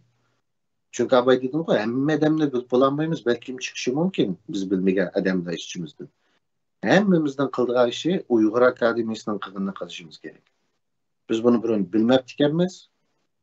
Hazır bildik, bizden ayırdık. Bunu qilishimiz kerak. Bunun aqlaydigan, chapan yapadigan, ya ko'taradigan, yani bizim qilgan yeri yo'q bu ishning. Belki konsul olanı deyotgan bu şahs ko'rayotgan bo'lishi mumkin hozir Ahmetandan. Agar juriti yoki fikri so'zi bo'lsa, tilpin bo'ladi. Men shunday qarayman. Albatta. Andan keyin ilgari bu tur dunyosi paydo bo'lgan ta'siri va qalam quvvati qarab turib bizim aloqada bo'lganlikda va hatto ba'zi yozmalarni maxsus film qilish to'g'risida loyihalarni o'tirib qo'ygan. Bir türlü yetiş bulanmazlık belli, o işler ucuz çıkmaya kalan idi. O aralığında nesbeten görüşüş veya ki liderlik alakadar bazen bir nimilerimizdi bu. Bir xil özünün ihtiyat kılganlığını, şununla zürriyet tüfeyle, yani ailesi münasebet bolgan bir ihtiyacın yoşurunuşka ihtiyacı bağlıq doğrusudaki özürlerini boptu da biz kabul kılganlıkta. Yıllarda etmeyle bu mesele oturan bu şekilde çıktı. Yani siz de ötep ketgendek bular ko'p bo'lishi mumkin, lekin buning tutgan xarakteri va jamiyatga paydo bo'lgan ta'sirining siyosiy maydonimizdagi foyda manfaat masalasiga nisbatan etkilish ehtimolli bo'lgan oqibati albatta o'ylanish tegishli masala. Endi siz bu haqda bu kadar bir çoğun bir cidden oturup çıkıp gidişi şu dava nispeten ziyarlı olduğu tufaylı bu kadar edep ketmesek bulat dediğinden şey ibarlar var. Yeni birisi ya toxtab bu mühim mesele. Bu yoğunaydıgan ve kelgüsünü diyagnoz koyuş arkalık keselimizin davalaştığı edip bardığan bir fırsat karakter mesele. Şunun için çıkın tutuş gerek edilen işgal göz karışınız. Sizin ki buna nispeten tavsiyeniz ya ki nimeniz qandaq? Göz qarşınız. Bu yaxşı sual bo'ldi. Yani bütün hazır mesela jidal qilishning foydasi bormi, foydasi yo'q, nima uchun jidal qildi deydi u. Ama bu konsulliklarni ne bo'ldi o'tkazayotgan, bu konsulliklarning ish tugidi zaten konsulliklarni tergan oxirda aralashganlar ishni boshqa yoqqa burib. Shuning uchun deydiganim mandaqchi. Ba'zi bir masalalar var. Bu meseleler davanın bazı bir mühim halkalarına tesir yetkizdi. Misalga bir hain deydi, bu konsoloslarının dinleyince başka nimi misal ediyordum. Bir hain bir nimini bir davadaki bir adamni uruk etdi koçunun otursudan. Bu neyse eğer de bunun karta davanın aşında uruk etken yakınız kulakını burğadlarga kulakını buraydıgan bir Şərq Türkistan davası tərəfdəki bir açıq yamaraq adam onu cavab qaytarırsa, bütün davanın moralı bozulur. Bütün davada aşıq xainlərin davadakiler qoqaydıgan bulunur. Psixiklik nimede ala üstünlükü erişir rəqabətdə. Çünki bəzi məsələlər aşında mühim. Əmdi nima uchun ma'noda urushimiz? Ya masalan ba'zilar deydi, bu Sharq Turkiston yoshlar qurultiyi deydi, kashkichi urushidga, bular jidal qilishga, so'qishidga deydi-ku. O'qigandikin deymi? Ha? Siz ani o'qigandikin dey, ya'ni ishkimiz suhbat. Hamma tushgan imkoniyatni arzu ba'zan bir g'idiqlatadi. Yani ishkimiz bir-birimizning suhbatda bir-birimiz bilan nim qilaylik, ya'ni nimlarimizni to'liq tushunmaylik. Yani bazılar deydi de şu Şərq Türkistan Yaşlar Qurultayı deydi ki, bunda soquşudu ki, deydi yani azərbaycan soquşu vatıdı deydi. Bundaqçı, bizden davada siyasetinin nimisi boğan düşünce bir tövənki, beklam. Bazı bir meseleler var, bazı bir noktalar var. Meyli bilip ya ki bilinmey çıkan noktalar mandaq yerə gidiyor. Mesela siyasette bir nəsi var. Tomur tutuşçu, ben Türkler balon uçuruş deydi. Ben Uygurca'da tercüm kılay. Ben İngilizcesini kalayım kapıda kemede bazı Türkiye'ye gelen resmi nezariyesini izlep bakıdıqallar üçün Türkçesini vermeye devamlı. Çünkü ictimai pende Türkiye'de okutanlı çıkıra. Balon uçuruş deydi. Yani bir nesini sınap bakıdı.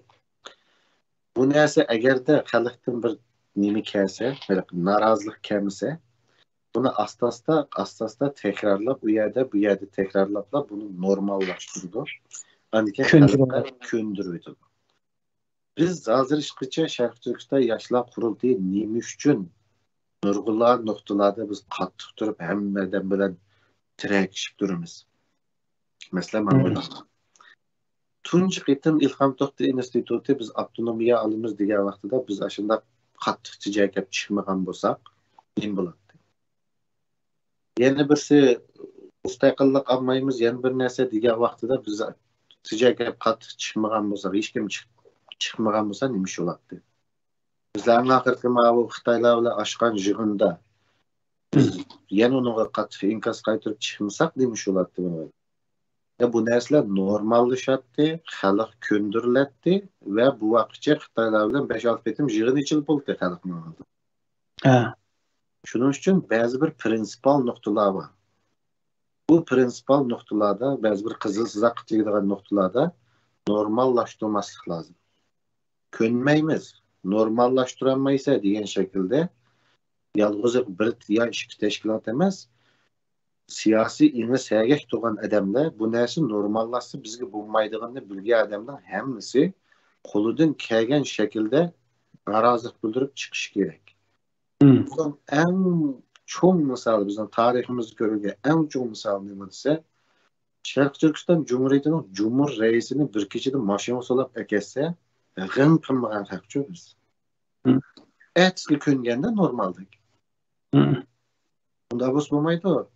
O'zining manfaatini bilish kerak, o'zining prinsipini bilish kerak, qizilsizligini bilish kerak. Uningga dasigan narsani normallashtirganda uning qarshi turish kerak. Ondan keyin siyosatda qizilsizaq desak, qizilsizaq desa bular bu yoqda tamg'isizaq o'ynaydigan o'xshaydi deb qarab o'xshaydi. Qarindoshlar buni faqat tushunmayapti. Qizilsizaq degan shu. Qizilsizaq siyosatda bayadın o'stan sen bilan so'qishma degan gap. Ya'ni u bir mina dastidan portlaysa. Shuning uchun bu yerda o'stan sen bilan so'qishma degan gap siyosatda. Xalqaro munosabatlarda bu mening qizil sizig'im desa bu yerda o'stan sen bilan urushma degan gapchu. Shuning uchun bir narsa qizil bu da'voning Sharq Turkiston mustaqilligi bu da'voda biz uchun o'ng tarafdagilar uchun bir qizil sizaq degandan bu yana unda dastlab pitiqlab o'ynamaydi asli. Mesela ben bir yerden de Erkin Sıdık Efendim'e kireme. Mesela aldılar Abdülhali Ayıp Efendim'den kireyim.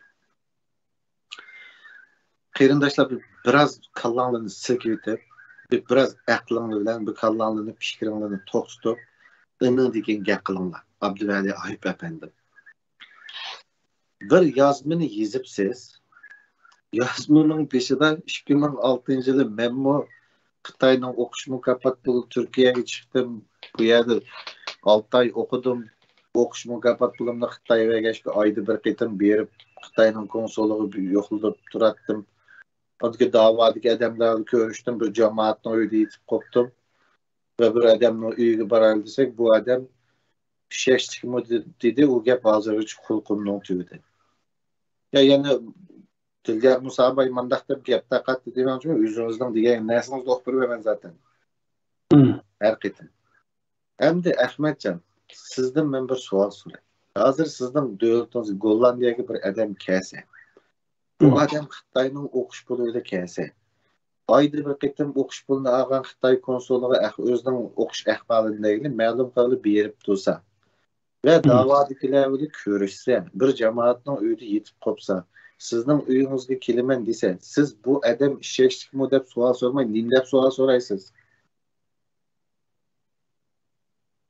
So'rash tegishli bir tabiiy savol yani. Hech qanday bir ajablanadigan yeri yo'q.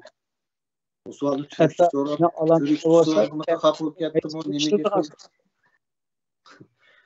endi shuningda mantiq bormi? Uning desam bularmi, desam bularmi? Ya qarang, askirak turkdan birsi uchirgan bo'lsangiz, sen nacharroq turkdan birsiga oldiga olgan bo'lsangiz, bu odam ishlashdikmi deb so'ramaydi. Bunun ko'zi nimishki jannatga qaraydi deb so'raydi askirak turklar.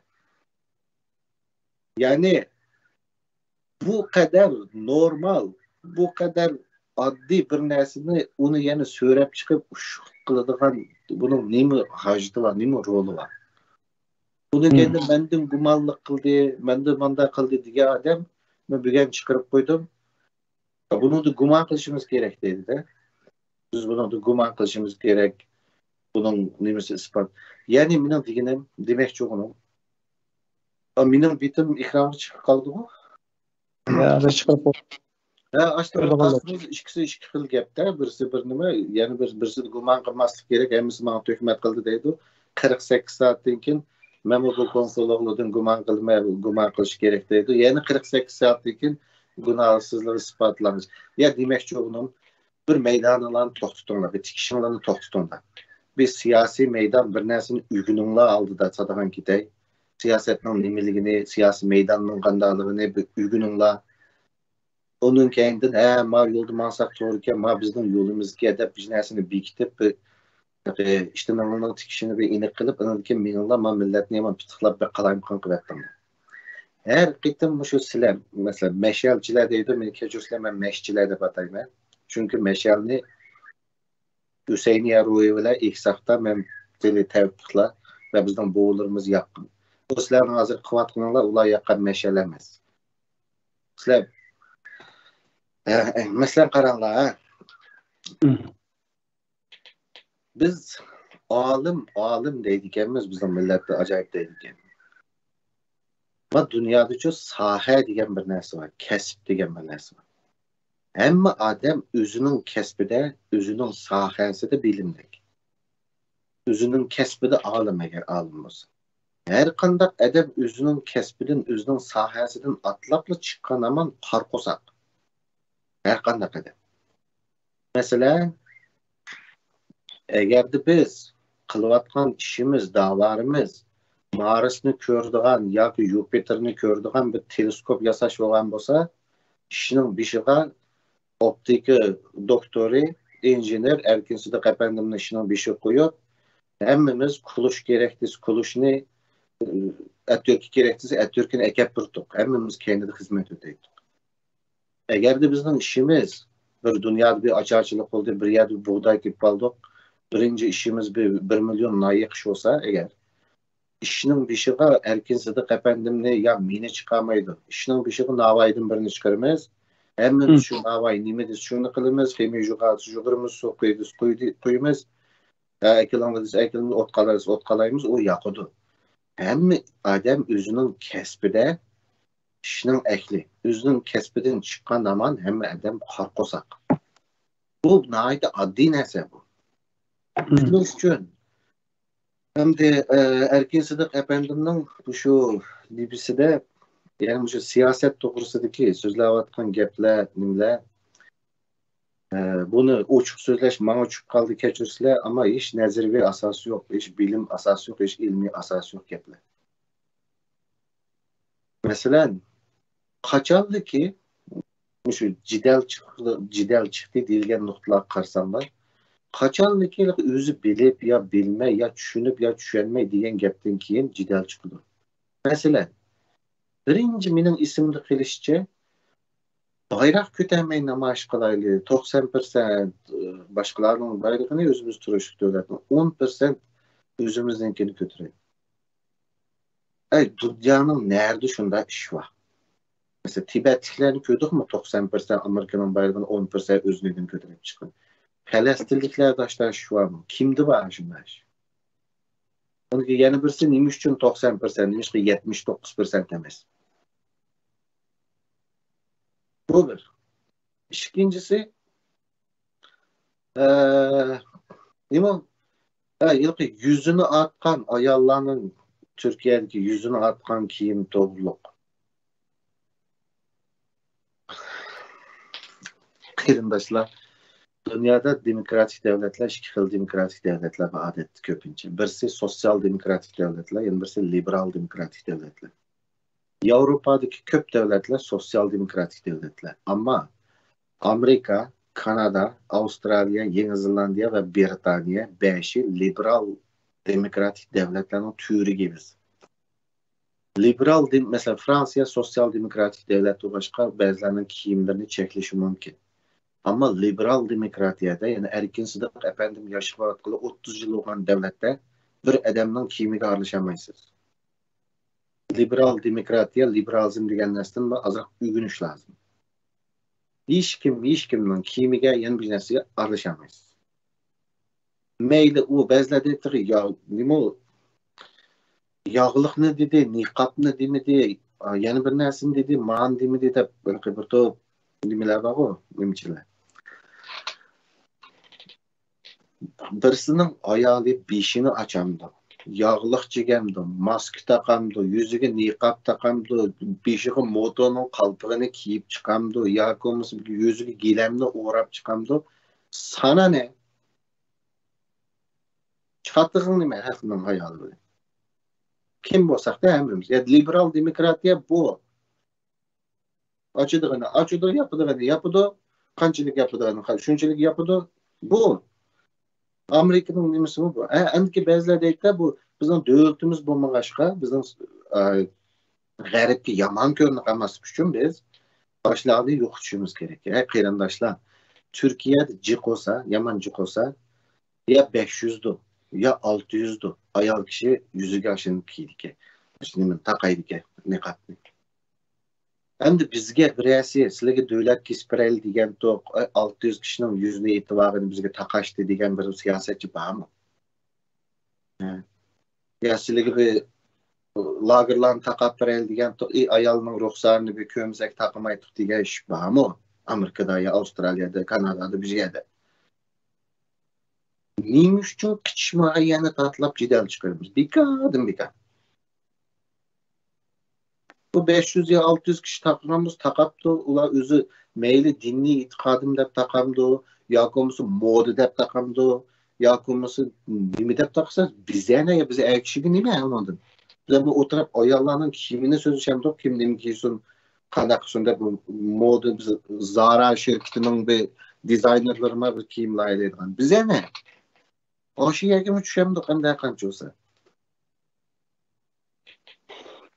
Bunun hiç kanda alakası yok. Mesela Taliban bulan körüşüvatıdan Amerika bu Taliban'ın yüzü ayarlı koça çıkmayı gidip Afganistan'dan çıkmayı yetivağı yok. Amerika'nın çıkıdığı vakti kopar tipiş çıkıdı. Şunun için o adamların ama adamların yaşaş erkilliği özüde. Kandak giydi, kandan imiş kıldı özüde. Hem de o yer mesela İran'da izip kıptı, manda kıptı, onda kıptı deydiği iş olsa Türkiye devletinin işçide onu Türkiye'nin devlet mekanizmalarıyla el kıldığı yeri var. Eğer biraz şundan mecburi kaltek tokmak kılıp olduğu iş olsa. Onu Amerika'da, Avustralya'da oturup biz el kıldığı iş yemez onu. Hem birkaç şimdiğen tatlıgallıkla iş o. Demiş ki devamlı kaçında sünni bir cidal çıkıyordu bu davada. Bu özünün düşüncesi, göz karşı, kıymet karşı ve oyunu karşı tarafının meydanını koyuyla özde güman kılıp. Yani onun namıdan hüküm ilan çıkarış. Bu bir xil bizdeki enenimi, keselimi fıkılınmaydı. Bu hem adın tatlıcı hem işimizi körüldüken bu. Şunun için Kıram bir işlağı boğan köz karşımız toğraya hata oldu, köz karşımız bildiğimiz o başka. Mavi işte, mavi az biz bir vatanın davasını kılatımız için. Bu vatanın davasını kıganda mesela beyaz adam da deydi, sizler cidden kılmayı hemmeler üzerlerinin işini kiti versenler, hemmeler yakşı kılıp malsanlar cidden çıkması bulduğu deydi. Bundak, biz eğer de bir şirket kurgan olsak, ticaret kılgan olsak hemimiz, 5 şirket kurduk deyli çetelde. Bu vaxtda biz hemimiz özümüzden mailini yaxşı işlep, özümüzden mailinin elanını yaxşı işlep danlap, birbirimizden mailini düşürmey manımız. Kimnin maili noç olsa, bazarda kimni kötəysə, şupul tapudu qağalla satanmaydı. Bu şirketlerde şunda. Ama bir siyasi davada biz bir şirket olmağandıkken 5, 6, 7 teşkilat oludu ama hemimizden biri bir yerde bağlaqlıq. Nədə? Vətənin mənfəətidir. Bu siyaset ile ticaretin farkı bu. Ticarette emmeden özün işini kılıyordu. Ben bunu dünya uygur kurulduğu taraftakilerden bana beyran kaldığında emmala özün işini kılıyorsan lamamdı cimri. Ve bu şirket yani size teşkilat başkuru atamsızlı, şirket başkuru atamsızlı. Bu bir siyasi dava. Bu yerde silah hata mansanlamı bizge takışıyordu, ulu hata mansanlamı bizge takışıyordu. Biz hata mansak silahı takışıyordu. Mesela hazır Şərq Türkistan Yaşlar Kuruluşu'nun namı da Şərq Türkistan'ın namı da biz Avrupa'da bir cidal deyip koyduk değil, yokan cidal. Hem mi dava, hem mi silikilidir bu? Şunun için bunda yerde emmimizden biri vətənin mənfəətidir, bir yerde bağlaqlıq olan diken biz üzara münazirleşip, üzara üstüşüp manımız, amal yok. Bu siyaset ile ticaretin farkı var. Şunun için yani ben abayaki gibimin ahirin devletler Udundaki yeni bir nokta ben pek hayran kaldım. Belki ikinci kademde hayran kılışım mümkün. Mesela erkin zıdık efendim çıkıp hepsiz bir kıtım vatanın kege uçurlar da haberlerini yetküzüdü. Bu yerde iki mesele, bir sualım var, yeni bir meseleden biraz endişem var. Birincisi, vatanın kilovatka uçurlarının eğer vatanın bir vatka uçurlar, bir vatka nasıl uçurunu teminlevatkan menbe Xitayning bayqışı ve Xitay tərəfindən bayqılıb gəlib tutulub qalğan bolsa, o mənbə arqılı qəsdən Erkin Sıdıq efendimə bildirilməyi turub, yağan uçurlar qoşub əvətiliş ehtimalı var mı, yoxmu? Elbette var. Chunki mayli gazetda bo'lsin, mediada yoki istixborotda bo'lsin, kelgan uchurning hammani rostlab chiqib to'kadigan shu. Kelgan uchur kelgandan keyin bir gapni qistirayman. Biz mana shu ekran xizmatini boshlagandan o'tirib chiqib qolgandan keyin erkinsizlik abendim bu masalani boshlashdan ilgari bizga keldi-ku bu uchurlar. Balkim boshqa qarindoshlarga kelgan bo'lishi mumkin. Bizning shuni tutgan pozitsiyamiz buni dalillash ehtimolligimiz bo'lmaganligi uchun gurujning orasida tosh aralashtirib qo'ysa, qo'la yeganda tishincha qadar chiqadi. Bundan o'xshash masalalardan saqlanib qolish uchun ehtiyot yo'lini tutdik. Ya'ni to'xtab hamma e'lon qildigan bu shakl bo'lmasa bir guruh odam tasdiqlab, yani uning ichida bir diagnozdan testnimadan o'tkazgandan keyin o'ylashsa qanday shaklda bir qancha qator muzokara bo'landi. Muzokaradan buning dalillanish ehtimolligi bo'lmaganligi uchun xabarning o kadar kontrolli altida chiqayotgan narsa bo'lganligi uchun bunga ishonch qilmaslik yo'lini tutishdi. Chunki Xitoyning bu sizdirayotgan ma'lumotlarning chet ellik insonlarning psixikasini buzish ehtimolligining taxmin cho'nligini, ya'ni ziyon kelish ehtimolligini g'oliblik keligi mustahab keldik. Shundan keyin quloq bermadik bu insonlarga. Uzun o'tmay aylanib kelib bu sada nimani topdi? Erkislik abadini topdi. Vallahi alam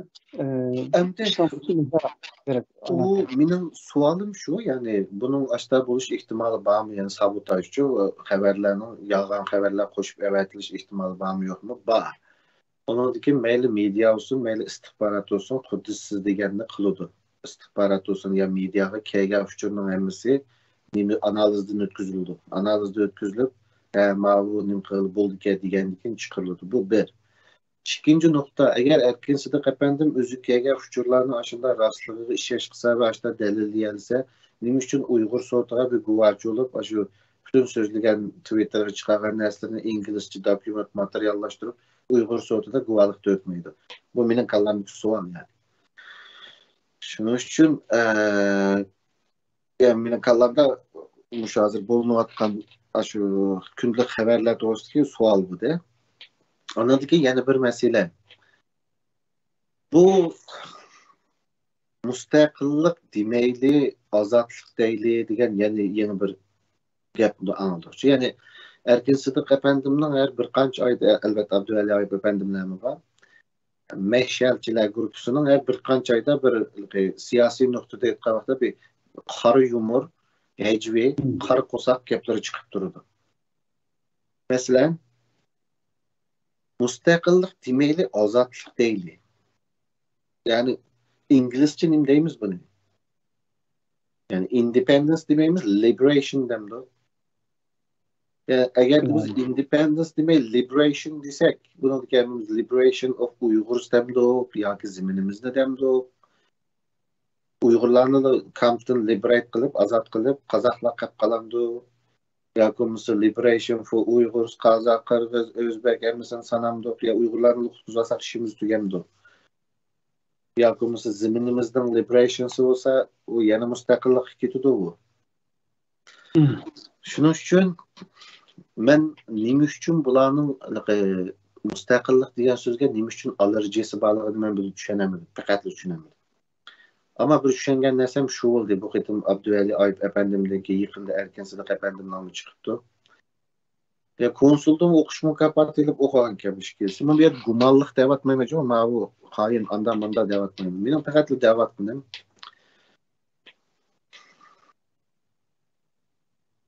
Ya'ni mening kallamda taqilib qolgan nuqta mavjud. Mesela 90-yillari Erkin Sidiq efendim o'qish mukofoti ilib o'qiyotgan vaqtida Amerikada Xitoyning konsuli qilgan dedimi, nima dedi esimda yo'q. Xitoylar bir faoliyatida duttachilik naqsh etibdi-da. Birinchisi Ahmadjon, siz Xitoylar o'qish mukofoti puli versa, siz duttachi Xitoyning faoliyatida naqsh etib Uyg'urlarni tanishtiramsiz?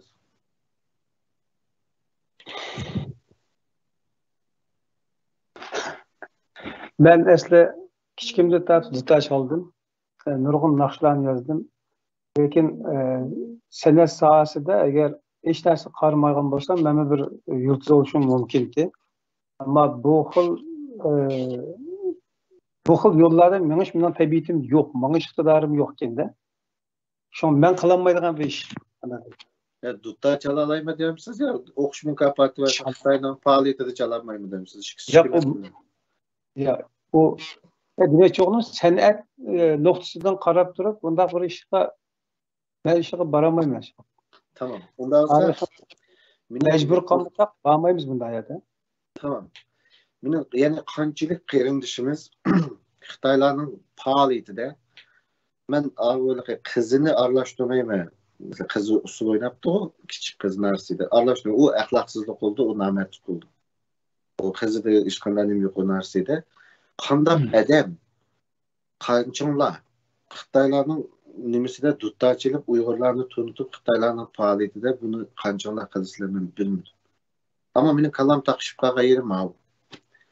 Eğer de 90'lı yıllarda bu hareketini, bu işini Uygurlarını tunutish uchun qilingan bir qadam ve bu mu milletperverlik, bu mu bir kahramanlık yoki milletperverlik desek, 90'lı yılı, 91'inci yılı Ahdu'da Koral götürüp çıkıp Xitay mening ziminimde yo'qol degan Zeydin Yusuf'ni nima deymiz?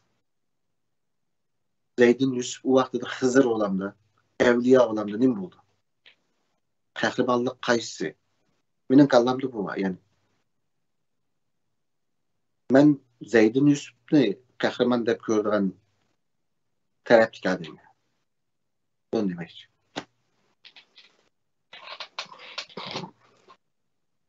Bu arada bir ibare kullanganlık to'g'risida nima bor? Bu so'zni tilga ilishim bir xil adam kulgili to'g'risida ekan. Siz nima uchun erkeklik abandini tansınga o'xshatdingiz degan bir savol. Bu xil iboralarda biraz chekni ishib ketgandek bir tuyg'ulim bo'ladi. Hissiylik deb tushunishkim bo'ladi degan ko'z qarashlar. Sizning o'zingizning vaqtga izohatingizni anglab boqgan bo'lsak. Tamam. Ben aldı bilen Abdüveli Ayıp Efendim'le ben demiş ki Dapşak Veli deyim. Bundaki ben Dapşak Veli deyim. Meni keçin olur. Bunu bir düşündürüldü. Ben burun Abdüveli Efendim'le nimbellerini köygenci neslen yazdı. Tunç olup oylagan nesem.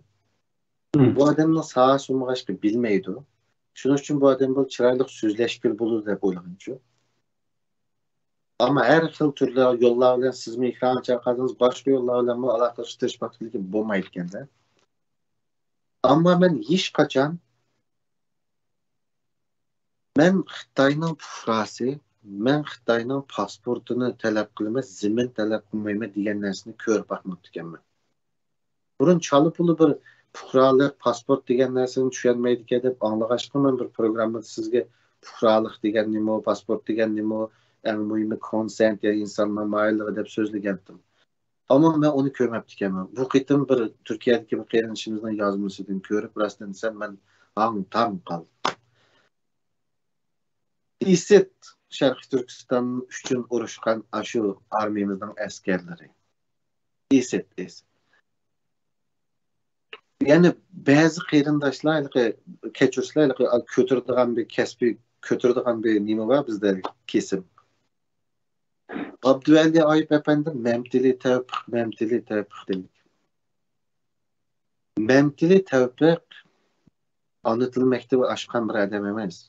Memtili tevfik Şarkı Türkistan İslam Cumhuriyeti'nin İstiklal Marşı'nı yazgan edi. Memtili tevfik 70 yıldan keyin ben Xitayning fuqarosi, Xitoydan zimin talab qilmayman degan bir dapshaqni bu davrdagi xalqning memtili tevfikning o'ziga o'xshatgandan-chu go'rdi, tik o'tirdi. Memtili tevfik İstiklal Marşımızını yazgan adam, İstiklal Marşımızını. Bugün Türkiye Cumhuriyeti'de Mehmet Akif Ersoy nim bolsa, qanday adam bolsa, memtili tevfik biz üçün şunday adam. Yani men Xitoy fuqarosi, men Xitoydan zimin talab qilmayman, pasport talab qilyapti. Yo bir Xitoy bütün davoni qalayimqan qildimi adash. Bir pasportini beringlar, bir aktinglar mana Xitoyga. Pasportini bersanglar akitdi Xitoyning odamlari ishlaydi. Kedi de bu pasportun besanlar. Şu pasport talep kıldık ya. Pasport beğenmep yamallap kaptı. Buraya çıkıp kalayım kankıp şuraya. Şunun için yani şu Şarkı Türkistan armiyasının officer jangçıları bayrağımızda arı yıldızı qarayımız dep şehit olgan, Xitayni qo'llab chiqarimiz dep şehit olgan şu askarlarimiz eğitip mangan marşını yazgan memtili tevfiqe Xitaydan zimin talep qilmay, pasport talep qilmayman degan bu dapşaqni o'xshatmali sadaqan gibi. Adamning ruhi qo'rnib ketdi. Yani ben onu köygəndiki mən bu adamni Abdüvəli Ayıpov. Yani memtili tevfiq emas. Abdüvəli Abbasov'dan haberi. Şudur azak. Şunun için o ne dedim? Yani bunu kabul kılışımız mümkün emas. Biz Xitaydan zimin talep qilmayotganmiz, pasport talep qilganmiz. Allah bakın demek bo'ldi. Endi Erkin Sidiq efendim demiş ki demesim Erkin Sidiq efendim onda deyişim bu Tapşak ve Liga okşamaydı. Erkin Sidiq efendimle deyişim bu bir siyasi okşuşçu bu hakaret nememiz. Yani nimo desanlar her kitim tansını dep şagirti var tansını. Hemimizin bir şeyde bir nimo var. Çember. Ya bu çember nimo degende ben Tristanlar ben yeni bir tarafta yeni bir gün tertibini iştiriş vaatimi aldığa ufkunlar meselesi. Bizden tilimizdeki ufkunlar yok tüytelgeldiği için bizden Şinjançı Hiyalıs dep atagan grubunun hemimizden bir şeyde bir çember var diye düşün. O çemberden çıkarmaydı. Tefekkürü bir çemberde boğulgan.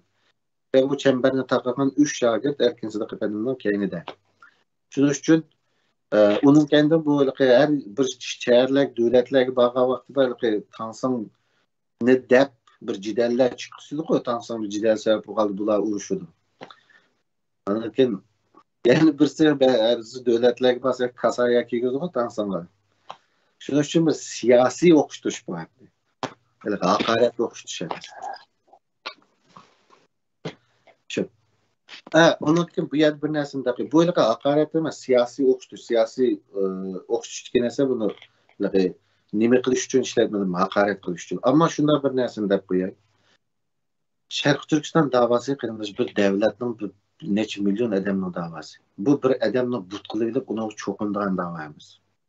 Hiç kandak adam butlaşsı olmaydı. Hiç kandak adam. Her kandak adam sual cevap münazırdan kaçmasla lazım.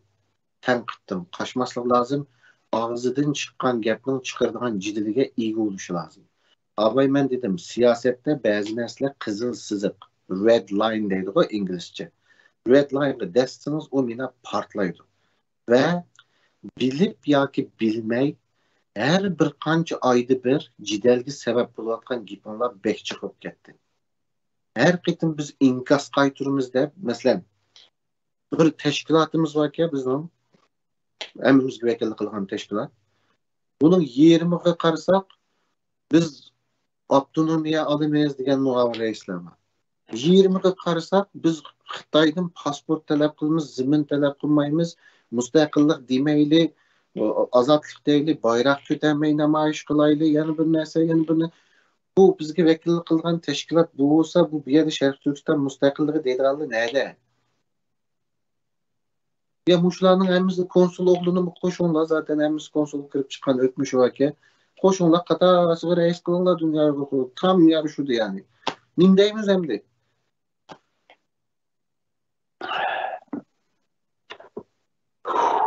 Keyingi 2 yıllık izlenişlerimizden şu nasip eda oldu.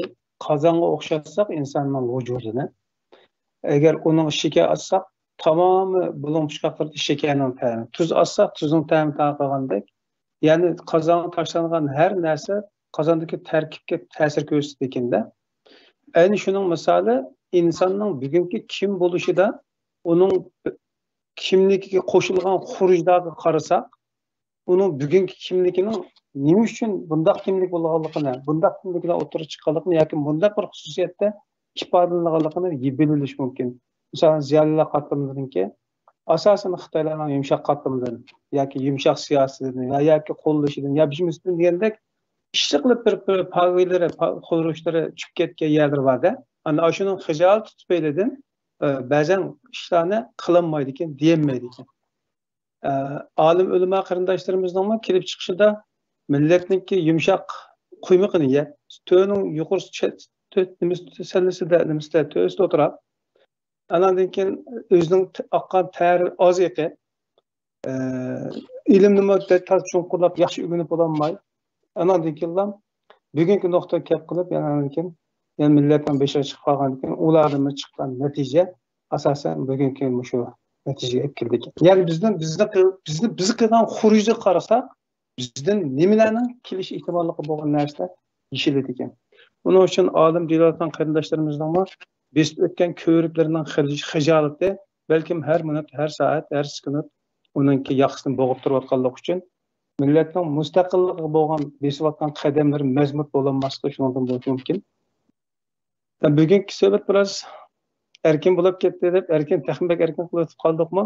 Xo'sh, bu xulosalayli, mayli konsul o'g'lon masalasi bo'lsin, mayli uningga yondashgan boshqa masalalar bo'lsin. Umuman bugungi da'vo sepida bo'y ko'rsatib kelayotgan, ajr mehnat qilayotgan, xizmat qilyapman deb o'ylayotgan yaqin shaxslarga nisbatan qanday bir xulosa so'zlaringiz bor? Men qarindoshlarning niyatidan gumonlanmayman. Ama bilmeydiğin türüge, bilmeydiğin sahasıge bek kesip halkı takdirini yetekleyici bu kavgandaki bir rol, özü düşünmegen, özü yaraşma, öz bilmeydiğin bir rol geçiyor. Eyran kalıbatı. Ama her bir nimini baykıdınlar mı bir ritimli? Her mançilik vakitte bir şu taraftan bir nimi çıkıdı. Bir boran çıkıdı, bütün muhaciretini bir aram kılımız. Bizden yüzlülükü nimedeydi, birden yanımızımıdeydi, bizden bayrak götürmemizdeydi diyeni vakızı. Şunun için, benim arzuyum, benim deydiğim bir ictimai ben okuyan bir adamlarla bir məsləhətləşsə, bir consultant elib, çox xalqara münasibətlər digən nimo, liberal demokratiya degan nima, Amerikada nima uchun Amerikaning asosiy qonun deyish kimdan kiyimiga aralash qilib bo'lmaydi. Mesela Amerikada mangu cheklayolmaysiz hech qanday kiyimni. Amerikaning asosiy qonuni bor. Uningdagi xalqaro munosabatlarda bizga nima uchun taqashmaydi 5-600 odamning yuziga nima kiyibag'ini? Nima uchun taqashmaydi? Bularning sababini bir tushunsa bo'lgan. Chunki xalqaro munosabatlarni ko'ryapsizlar, Taliban aldı davlatini, yana boshqa yerlarda taqashmadi. Gap u yuzida biz da'atimiz ayollarning beshida nima bo'lishi, erlarning engikida nima bo'lishi emas muhimi. Muhimi ma'ning ichida nima bo'lishi, zihniyatda, boshning ichi muhim. Shuning uchun bir tarafda ya'ni sizlarning shunda ansir tutib qolgan, sizlarning mustaqillik desa allerji ko'z tutib qolgan. Ammanın işçide Şinjan çıkıyalızın bağımı yok mu? Aval aşağı gibi diagnoz koysanlar özanlarınkiga. Andın keyin başkalardan münazara qilsak yani. Yani men bir ictimai pellerden bir konsultantçı, bir məsləhətçi, bir nima elib, şunu bilan bir söz düşüp xalqaro munosabat degan nima qanday ishlaydi ishlar, nimishqa Amerika Afg'onistonga demokratiya apashdi, vaz kechdi. Shularni bir avval bir so'rab o'rgan so'lovchi demokratiyaning qo'g'dovchisi nimishqa vaz kechdi demokratiya atbağa yeredim.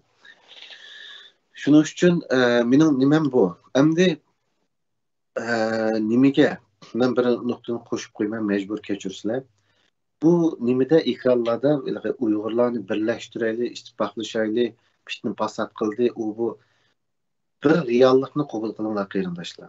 Halk uygandı, halk sözler. Elbette ağzı bizet, manda sözler vatkallar, mevlanı nim kılmaymaylı.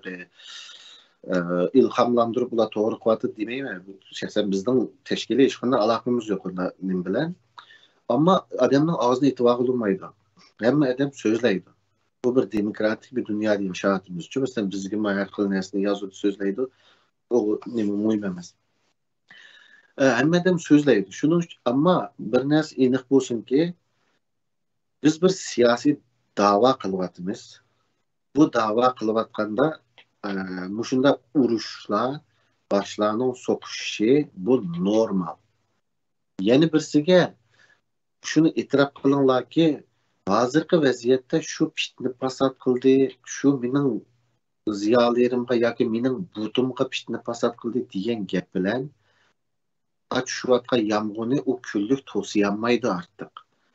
Shuning uchun og'zini ochgan odamni fitna fasod qildi, masalan meni deydida, bu burun Erkin Akremni dahshat maqtab o'tdi, yomon tillab ketibdi. Men uni ko'rgandan keyin men rostdan desam Erkin Akrem efendimga og'zimni buzib tillagan o'xshaymi deb bu videoni qaytadan ko'rdim-ku. Yani nima deb tillabdi desam, men tillamabdimi? Tanqidda, ya'ni maqtadi degani Erkin Akrem efendimning to'g'ri qilgan yerini muayyanlashtirma. Xato qilgan yerini tanqid qilma. Ya'ni bizning xalqning nimasini, ya men xato qildi deb qilgan yerimni tanqid qilmanda, qaysimiz to'g'ri, qaysimiz xato, uni tarix isbotlaydi keyin. Bizning qo'limizdan keldigani bu. Endi bizning xalqimizning lug'atida ikkili so'z bor ekanda, birisi ko'tirish, birisi tushirish. Yani bir adamning to'g'ri qilayotganini muayyanlashtirib, "Men to'g'ri qilyapti" desa, bu ko'tardi deb o'ylaydi-ki, "Men xato qildi" desa, bu tilida tushadi deb o'ylaydi ekanda. Ya bizning ko'tirish va tushirishdan boshqa ishimiz bor. Bizning tanqidiy tafakkur qilib, tanqid qilgan, sizlar tushunmayotgan yana bir ish bor bu dunyoda-ku. Ko'tirish va tushirish yo'q. Shuning uchun ashyaga diqqat qilsak, ya'ni fitna fasod qildi, bizning bu ziyolini tilladi, biz nima qildi? U narsalar endi to'sab bo'lolmaydi qarindoshlar. Shuning uchun nima da'vatqinimizni mantiqliq, logikaliq bir tafakkur qilib, deydigan gapimizga o'zimizning tutgan yo'liga tushadigan bir qizil sizoq prinsip bekitib, bir chiroyli bir siyosat bekitib, mendan ma savolni so'rasa nima deb javob berma, ma savolni so'rasa nima deb javob berma. Masalan, konsul o'g'lonidan gumonlansa ushqilib qilib, ertasi o'zi qopab gumonlanishimiz kerak bundaqdan deb 48 soatning ichida bir o'zgarib, yana keyingi 48 soatda yana gumon qilmaydigan yerga o'tib ketdi. Abduvali efendim, ya'ni 2 kunning ichida shamoldirovchdek cho'gilib o'tdi-chu nechini. Bu nim da'vatqanni bilmasligidan. Bunda bir bir so'z qo'shayman. Bunda bir ehtimollik borligida yana. İlgiriki bu munosabat qilish, aloqa qilish jarayonlarimizda his qilgan bo'lishimiz mumkin yoki his qildigan bo'lishimiz mumkin bizning nodon inson bo'lganligimiz tufayli. Ammo mush programchilik qilgandan beri bo'libmi shu psixologiyaga aloqador leksiyalarni berish jarayonlarida bizning bir izlanish oldi va bizga bir tarbiyalanish oldida. Shun qarab, mush millatning psixikasida mayli o'qigan olimidan tortib o'qimagan turkcha hammalarda bir psixikalik zaxmlanishning bor bo'lganligini, psixologik bir zaxmlanishning ishida yashayotganligimizni rasmiy his qildik biz. Shun qarab ba'zan qarindoshlarga ishimiz og'irsimi, ba'zan nafrat qo'zg'asimi, lekin hammalardan keyin shu kasalga qanday muomala qilsak, shunday muomala qilishimiz lozimligini bir xulosaladikchu.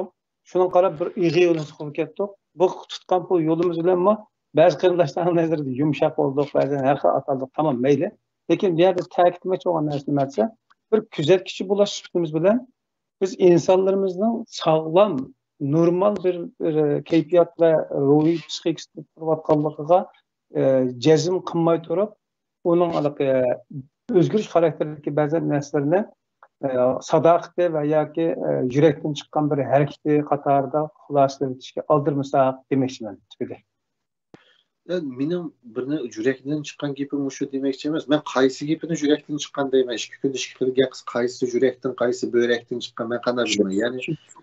Ya'ni avval qo'qtilib bir muqim bir prinsipal masalalarda mesela konsuldan birisi chiqdi bizning yerimizda.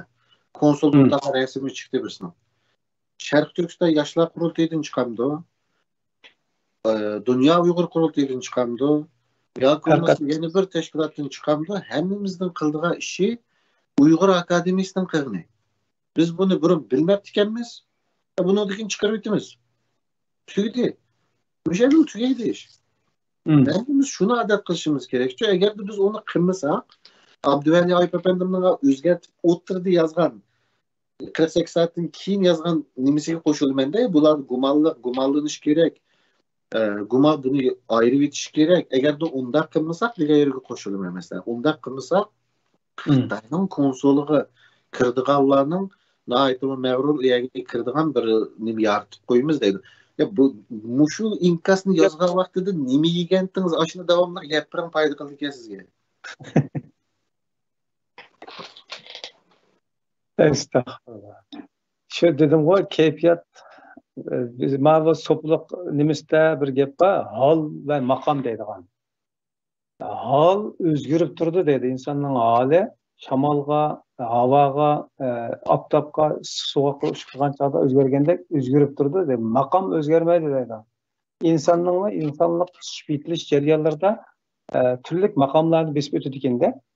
Şu ba'zan o'zgarish xarakterli ahvollari uning holini ko'rsatadi, holini. Lekin maqom o'zgarmay so'ngidek turdi deydi. Bizim şu inqilab yo'llarida mengayotgan insonlarimizning hammasida bir maqom bor, ya'ni bir aktivist olsun yoki kim olsun bir inqilobchi Xitoyga qarshi vijdon nimasini ado qilayotgan bir maqom bor. Endi uni hozirgidek mundaq mantiqli xatolikqa keltirib chiqishi u favqulodda ko'rilgan nodir ahvollar. Ya'ni qiypash ko'rilgan ahvollardami asosan holdagi o'zgarishlarning bir-biriga zidlik şekilde ifadelenişi de var. Sonra biraz köyünüş karakterde yol tutuş arkalık özara kutkuzuşu varsak, birbirimizi koltuklarsak yaxşı bulamdı. Ya çoğun işlerip desep necip ötekinden de. Ya gapimning ne kaç kildiga ilgili akab qo'ydingizlar. Rahmat. Qaranglar manda o'ylayib boramiz. Biz bir tarafda Uyg'urlar va bir tarafda Xitoylar va bu ikki taraf bir-biriga qarshi deb o'ylayib boramiz. Mümkün bu yerda Shuhrat Zokirdeklar chiqadi masalan. Nimaning raisi Shuhrat Zokir ismi almashtirib o'tmagandim. Ha, to'g'ri. Ama Erkin Asya Radyosu'nda ben hürmetlerden bir muhbir var. İsmini almıştır etmedim. Şöhret Oşur dinde. Şöhret Oşur mu? Tamam. Yani, yani hata adamda tırlap koymayı demem var. Hürmetim adem tamam. Yani Şöhret Zakir'ni mesela Uygurlar mı yakta Xitaylar mı yaktı olsa Şöhret Zakir nerede? Yani Uygurlar biz hepimiz ittifaklaşıp Xitay'a karşı durduğumuzda Şöhret Zakir Uygur mu Xitay mı nime bu? Yani biz çok hata uyguluyoruz barımız. Bunu inşallah bu dahaki programda muşumuz kireyli. İki taraf yok kardeşler. Uygurlar ve Xitaylar yok. Emeliyatta 3 yoki 4 taraf var. Mustafa Kemal Atatürk'ün bu dahaki programını kısak inşallah muşundan başlayımız. Mustafa Kemal Atatürk'ün bir kipi var. Oxşaş tilini sözlügenlerimiz oxşaş ideyadikiler bildim ağalaydı, birleşik kılalaydı deydi. Uygurlar oxşaş tilini sözlügeşkiler bular birleşiyordu desek hatalışımız. Dünyada işganda millet birleşmeydi. Uygurlar oxşaş tilini sözlügeşkiler biz hemimiz birleşip oxşaş tilini sözlügen Xitay'a karşı uğraşımız deyip oylasak bu hata. Emniyet için mandak ayrılırlar. Xitay komünistleri ve onun egeş küçülleri var. Xitay komünistleri Xitay ama onun egeş küçüllerinin içinde Uygur'un var, Xitay'ın var, Tonga'nın var, Kazak'ın var, hepsi var. Ondan Xitay demokratları ve onların egeş küçülleri var. Onların içinde beşi Xitay, ahırı Uygur'un, Tonga'nın hepsi buluşu mümkün. Onundaki üçüncüsü Şarkı Türkistan müstakilçileri ve onların egeş küçülleri. Hatta Şarkı Türkistan müstakilçilerinin içinde şu Uygur, Kazak, Kırgız hepsi buluştuğun sırt, hatta sırttan bizim kollaydıgan bir vicdanlık değil. Mesela bir erkeklik cemcisi Amerika'da değil. O bulamı koşulalıydı. Şunun için Uygurlar bir tarafta, Xitaylar bir tarafta emas. Biz ideya için bölünüp olduk aldı burun. Emniyeti 100 yıl burun bölünüp olduk biz. Bazıları komünist ve onun egeş küçülleri, demokratik Xitaylar ve onun egeş küçülleri ve Şarkı Türkistan müstakilçileri. Bunda üçlü bölüp karasanlar ideyerimiz okşumaydıgan tarafta biz üç tarafga bölünüp olduk aldık. Şuna Uygurlarni birleştirimiz, ittifaqlaşaylı, fitne fasad qilmayli degan bu kommunistlarning gaplari bu. Dunyoda nerede shunday gap bor? Turkiyada shunday demdi, fitne fasad qilmayli, hammamiz uyushayli demdi. Amerikada demdi, Gollandiyada demdi. O kommunistlarning shuarlari bo'lib fitne fasad qildi, bu birlashayli, o ilqi Şinjançı kallını, Şinjançı tilini taşap koyuşumuz gerekçi ama G'arbning demokratiyasida yaşayotgan ama demokratiyaning tilini jiq hukumlar kam ularni qo'shib biz tafakkurimizni almashtirishimiz lozim. erkin devletinin kaldısı deb o'ylashibdi. Ondan keyin mening eng oxirgi bir nuqtam, ben bunu anlab pek ko'nglim raslinzim g'ash bo'ldi. Mesela Dolqin Eysa efendim Dünya Uyghur Kurultayı'nın İsa'nı sorğanmı nemish qilgan Mevla Yasa efendimga qarta javob beribdi. Men bu shu to'g'risida mayli hammamizning buningdan keyingi munozirasiz nimasiga taqishadigan yer bo'lganligi uchun men bir narsani deb qo'ymoqchi. Ya'ni Mevlana Yasin efendimning ayoli tan so'ynagandan bir nimalarni degandek qildi. U yerga kirmasak dotmaysa efendim. Yani bizde munazir buludu, sizden Uygur'un o Dünya Uygur Kurultayı'nın pulunun hesabını so'rashga hamma demni haqqi var. Dünya Uygur Kurultayı'na pul berganlarla emas. Pul bermaganlarni so'rash huquqi var. Çünkü Dünya Uygur Kurultayı hammalarga vakillik qilimizda ularning pulini elishdan burun nomini ap bo'ldinglar. Shiltovatsizlar. Unda bo'lgandan sizlar pul bermagan Uyg'urlarning sizlardan pulning nimasi hesabini so'rash huquqi bor. Çünkü ularning nomini ep qo'linglarni burun pulu berishdim.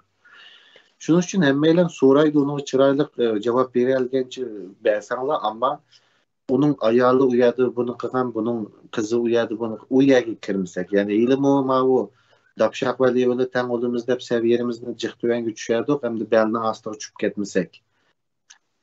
Ya bir yerda to'xtab qolsak, belning ostiga mushurmasak demakchi u. Oila yo'q, ayollari yo'q.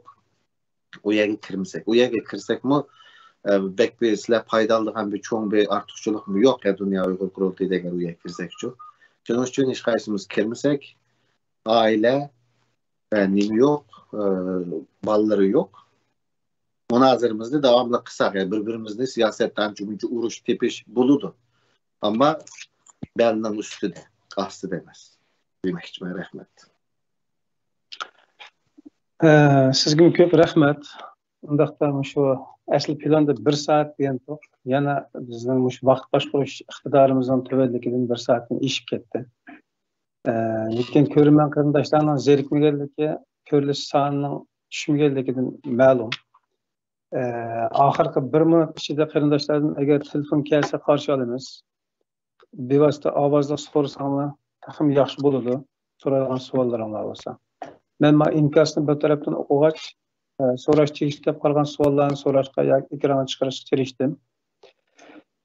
Kim qolgan yoki insonlik tufaylimizdan ko'rinmay qolganlar bo'lsa, qanaqalar ekanlar. Dilar efendim, oxirgi shu kunlarda bizning da'voyimizningki Afg'oniston masalasining o'rtaga chiqishi va boshqa masalalar tufayli xalqaro media ko'znaklardan sal chet qilish ahvoli kelib chiqyapti va undan boshqa orqa-marqa paydo bo'layotgan erkak qirg'inchilik sadolarining oralarida bizning manfaatimizga munosabat bo'lgan ba'zan qonun loyihalarining o'rtaga chiqishi va yoki Xitoyning oldin to'silgan qonunlarning oldiga darliq kelishtirdek ifodalar o'rtaga chiqayotgan edi. Bu masala biroz to'xtab qoldi. Qanday qilgan vaqtimizda yana gündemga taklif qilaylik degan bir savol bor. Bir hozir telefon kelib qolishini bir ilib o'tay, undan keyin hozir savolingizni javob olmaysiz. Assalomu alaykum.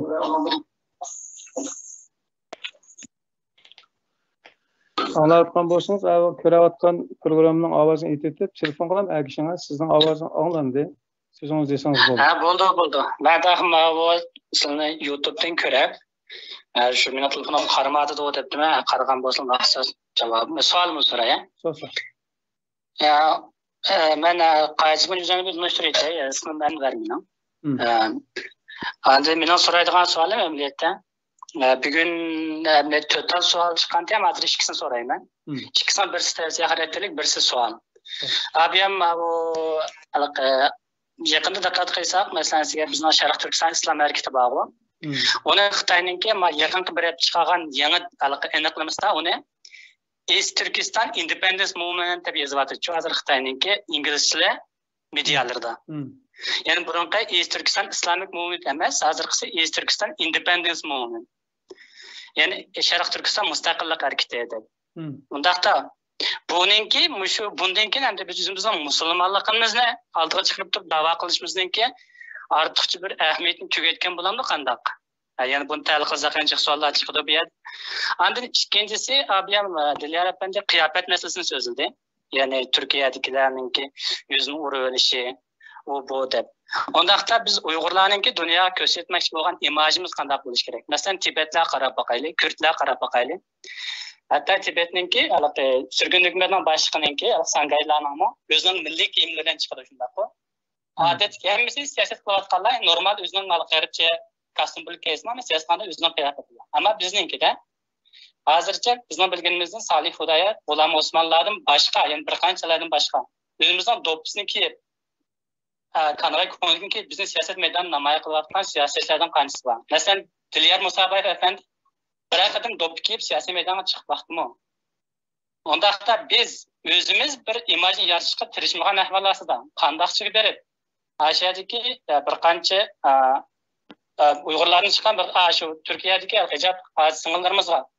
Ularga shu talabni qo'ya olamiz. Biz qanday bir imajimizni yaratishimiz kerak edi. Shunday bir talab o'tirib tushish kerakmi? Ya'ni Uyg'urlar sen siyosiy maydonga chiqqan ekan, do'ppan bo'lish kerak, kanal ko'nikkan bo'lish kerak. Bu faqat dabdurchilar emas, balki Uyg'urlarning bir kollektiv imaj bo'lishi kerak. Biz yaratmasak, hozir Xitoylar yaratib turibdi masalan. Hali Xitoyning do'ppi kiyib turganini ko'rdik-ku. Şu muşnaqda bir diqqat qilsak deb hozir tavsiya xarakterlik bo'ldi. Ikkinchisi, birinchisi antenna aniqlamasi. Ondan qolgan ikki savol bor, o sal cho'ngroq savol, keyingi fursatlarda o'z so'rashamiz. Rahmat. Sizga rahmat. Tamam. Birinchi savoli musulmon deb da'vo qilsak buni ahamiyati qolmadimi dedi. Chunki Turkiston Islamic Movement'ni Independence Movement dedi. Bu Xitoyning qaysi tashkilotni nima deyishi, qanday qilishi bilan becho'ng aloqasi yo'q. Xitoyning kimni nima deyishi, Sharq Turkiston islom harakatini terrorchi tizimga kirgizilishi, Xitoyning qandaydir bir tashkilotning bir narsa degani, uning ichida islom bo'lgani yana bir sabab emas. Amerikaning Iroqqa kirish uchun, Iroqqa hujum qilib kirish uchun Xitoyning nimasini qo'llashini olish uchun Birlashgan Davlatlar Tashkilotida Amerika ile Xitoy o'rtasida tuzilgan bir kelishim, bir savdo. Sening Iroqqa kirishingni biz to'smaymiz. Sen Iroqqa hujum qilib kirsa, ammo buning bedeliga Sharq Turkiston islom harakatini terrorchilik tizimiga kirgizsa deb ikkisi kelishib kirgizgan. Bunun ismida islom bo'lishi yoki independence bo'lishi hech aloqasi yo'q.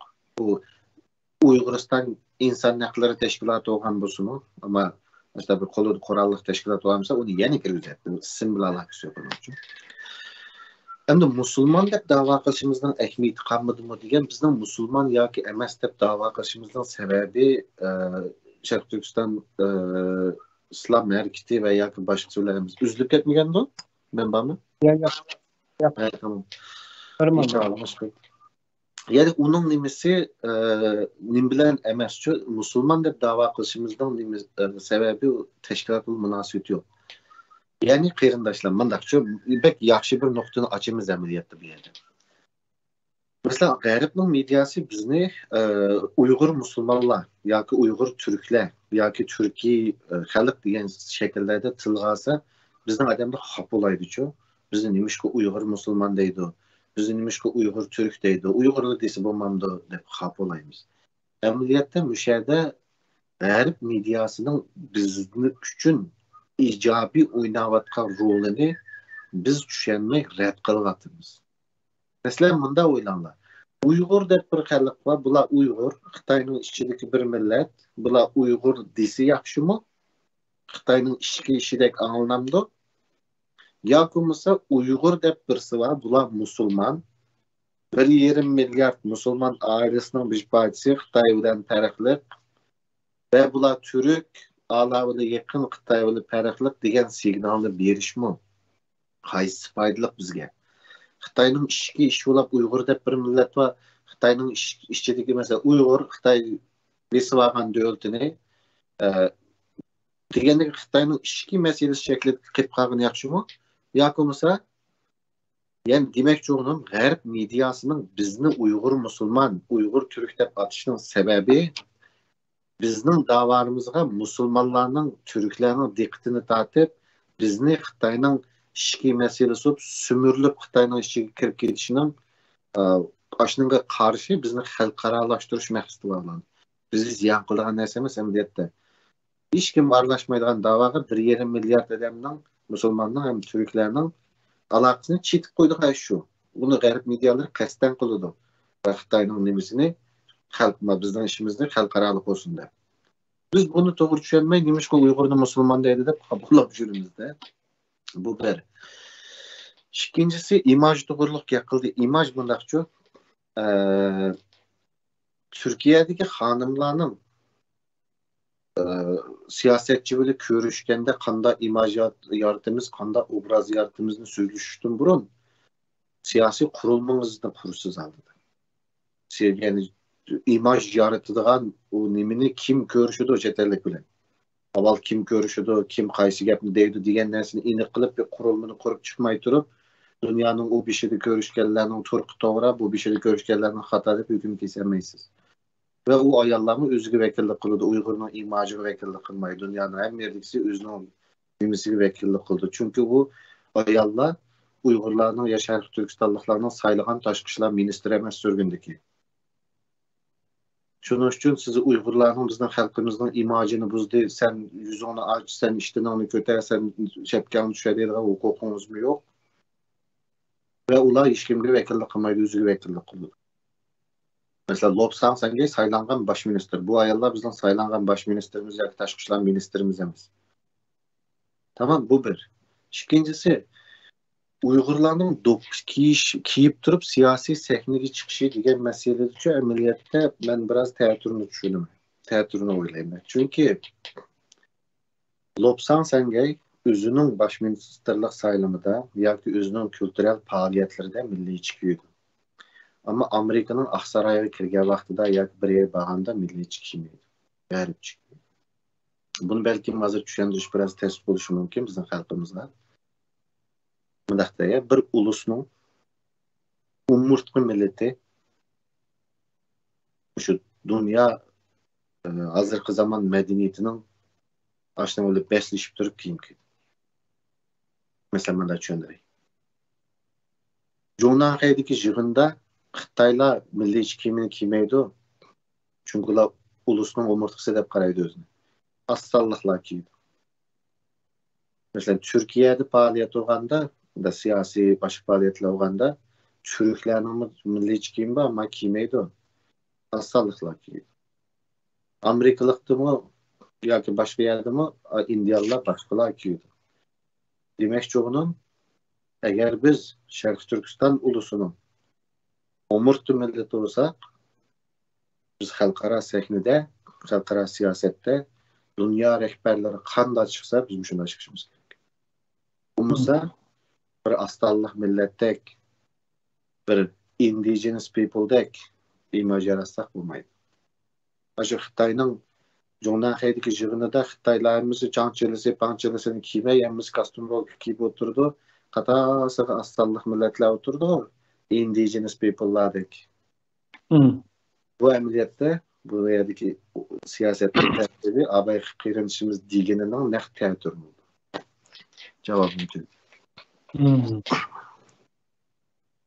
Abi yakın ben soğan kildim. Qandaqıga vaxtımızda yakın payda olan başka bank çoğunlarının töpsüge özümüzün davasını tekrar elip çıkalayımız. Davarımızda elip çıkışımızın nimesi çık yuqlu. Lagi kun tartibda aşı sualını cevap vermey ötüp ketiptim ben, unutib qaptım. Kechirsizlar qarindoshlar. Kelgan savol ötüp ketdik ku. Biraz charchadim ben, kechirsizlar. Nima?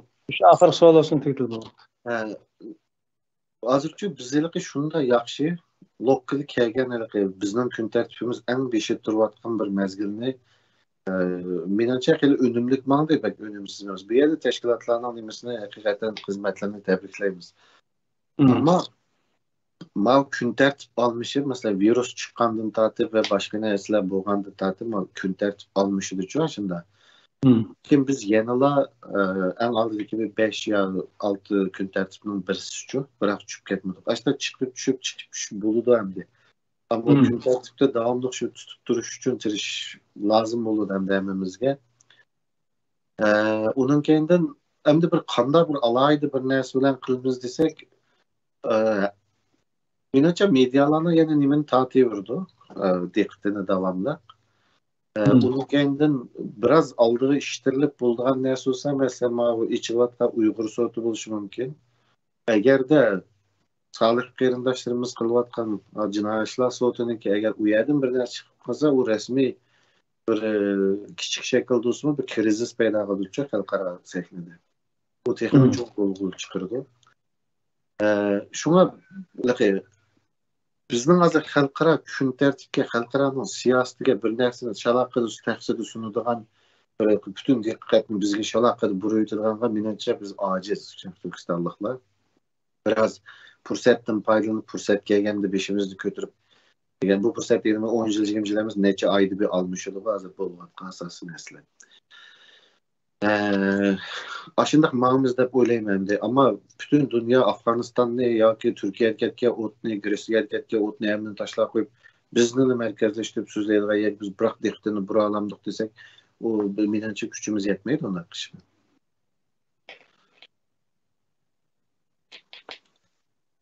Unda suni yaxshi qo'yib turib, putimizni sangiltib o'tiramda. Tayyorlik qilishimiz kerak asli. Mushu tayyorlik bosqichi hozir bundaq ikki yo'ndan ketayotgandek tuyuladi menga. Biri ichki jihati tozalanish, sen oq, ko'k, yeshil, sariq degan o'xshash o'zaro ichki bir nima qalay tartishda. Ikkinchisi to'g'ri ma'noda qilsak xato shakldagi sirtqi haqqa eksport qilinayotgan fikrlarimizning ustida o'pirasiz. Sizce herkes yani normal doğum qilish lazımmı yoki ma'lum bir tarafga markazlashimiz lazım? Mesela biz qanday qilib birlikda kuchni bir yerga yig'ib mang'alaymiz deganda ikki tane ehtimollik var. Men buni shu tashkilotlarni so'zlashgan vaqtlarda buni degan o'tirib qo'yganman. Birincisi, hozirgidek bir tashkilot chiqib, men hammalarga vakillik qilaman. Ko'p sonli xalq menga ergishdi. Onun kendinden shu hozirgi minvatga dunyo meni e'tirof qildi degan bir gap bor-ku, dunyo meni e'tirof qildi, dunyo bizni e'tirof qildi. Bu yerda ikki tane masala var. Birincisi, dünya seni nimişga e'tirof qildi. Sen nayt iqtidorli, hamma tilni valaqshitib so'zlayotgan keshga eng nochi Uyg'urlar senda o'qishga e'tirof qildi bu. Yoki dunyo sana deganda labbay hujam deb hamini ijro qilishga e'tirof qildimi degan savol chiqadi birinchisi. Bu nuqtada kirish kerak-ku. İkinci nokta, dünya seni e'tirof qilganda xalqing e'tirof qildimi degan savol. Shuning uchun mening o'tirg'i qo'ygunim, ya'ni biz bir teşkilatın aslında bularni dünya e'tirof qildi, shuning uchun biz bularga ergishimiz deb ergish bo'lmaymiz. U ahmaydi, ishlamaydi. Saylan qilib mana bizning vakillarimiz deydigan bir ishlarni qilishi mumkin. Ama her qaysi rayonlar bizning yoqi Uyg'urlarning bu davosida uzun yurgan odamlar bilamiz ki vakillar saylanmaydi. Shu vakillar bu bekitilib bo'lib bir qo'chaq saylan bo'lgan kim bor biz bilamiz hamda. Yoshirdigan yeri qanday bunday ishlarni. Az mesela devletlerden kandidatlar saygında alınıp yine boğan buluşu mümkün. Şuna bu işin asli doğrusu şu dep qarayman ben. Avval bizde azı bu da programda biz bunun siyasetinin oğun qaysi, solu qaysi, kim oğunda, kim solda, kim qayerda qaysi bulunmada aşını bir memberi nesi tayarlap xalqı bir düşendireyim bu ciderler, nimi ciderler, zihniyet kim qayerga gider ve şunu çok. Şuna benim deginim, yani benim sungan teklifim yoki ko'z qarashim avvalgi to'rtga bo'linaylik. Zaten bo'linib bo'lgan narsani ching'ida tutib olmasdan to'rtga bo'linaylik. To'rt tarafdan 5 vakil kelsin. 20 odam chiqish olsa bu millat birlashadi. Teng harakat qiladi. Shunga budaqi nimada mani xalqimizga bir kichik tushuncha shakli berib o'tay. Siyaset ilmini bildiren qarindoshlarimiz yoki siyaset ilmini bildiren ustozlarimiz her qanday adam ağzını içib ikki cümle qilgandalar onun zihniyati, siyasi ideologiyasining nimaligini bilib olg'ili bo'ladi. Bizning ba'zi bir odamlar konservativ fikrda, ba'zi bir odamlar radikal. Bularni hamiz tilgan gap emas-ku. Siyosetdagi nimalarni ufqini ismlar. Ba'zilar liberal demokrat fikrda, ba'zilar sosyal demokrat bo'ldi, ba'zilar yana bir narsa bo'ldi degan, ba'zilar millatchi bo'ldi. Ba'zilar kültürel milletçi oldu, ba'zilar etnik milletçi oldu. Biz ağızdan çıkan gaplar emniyet bilgili oldu hammadan uchun. Shuning uchun hammamiz Uyg'urcha so'zlasak-mu, ammo hammamiz birga kelib Uyg'urcha Uyg'urcha so'zlashga chiqisholmaymiz. Amaliyotda bizni chiqisholmaydigan qilayotgan narsa sal saviyaliroq odamlarni chiqisholmaydigan qilayotgan zihniyati.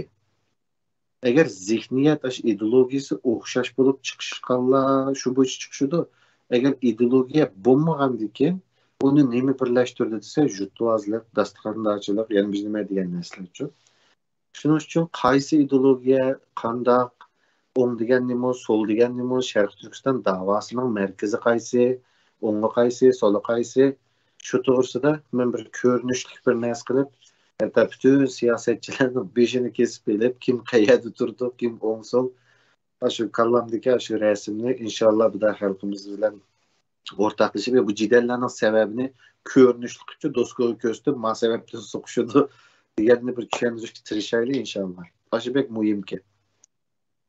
Bo'ldi.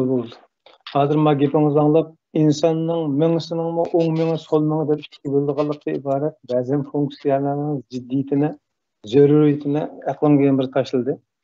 Bo'ldi inshaalloh oldimizgi kunda sizningki bugun bizning realligimizda ifodalanayotgan siyosiy yo'nalishlarimizning yo'llarimizninki grafik şekilde ko'rinishini inshaalloh ko'ramiz. Bunda bu qitimli program misha to'xtaldi. Ko'p rahmat. Do'stlarningki ilkoshlari bilan, savollari bilan telefon orqali va yoki har xil shaklda biz bilan birlikda o'rtaq bir tushunchada ziyarati bo'lganlik uchun rahmat aytamiz. Alloh muyassar qilsa, keyin qatim ko'rishamiz. Unda qolsa, omon bo'ling. Rahmat sizga, siz omon bo'ling. Ma'qul, omon bo'ling. Aziz qarindoshlar, bugungi program bu kadar bo'ldi. Agar programma aloqador fikr, tarbiya, shikoyat yoki tavsiyalaringiz bo'lsa, bizga har xil o'zimizning aloqalash vositalari orqali uchur yo'llasanglar qarshi olamiz aziz qarindoshlar. Do'st va qarindoshlik tuyg'ularimiz bilan bir-birimizga aynak bo'lsak, albatta bu biz uchun o'zaro yordam bo'ladi. Yuzimizdagi mang bilan qarining farqini samimiy do'stlarning tavsiyasidan albatta tushunamiz, bilalaymiz. Bu biz uchun, hammalarimiz uchun bir fursat va shunday majburiyat. Kelar qatim ko'rishlar, omon bo'linglar. Assalomu alaykum va rahmatullohi va barakatuh.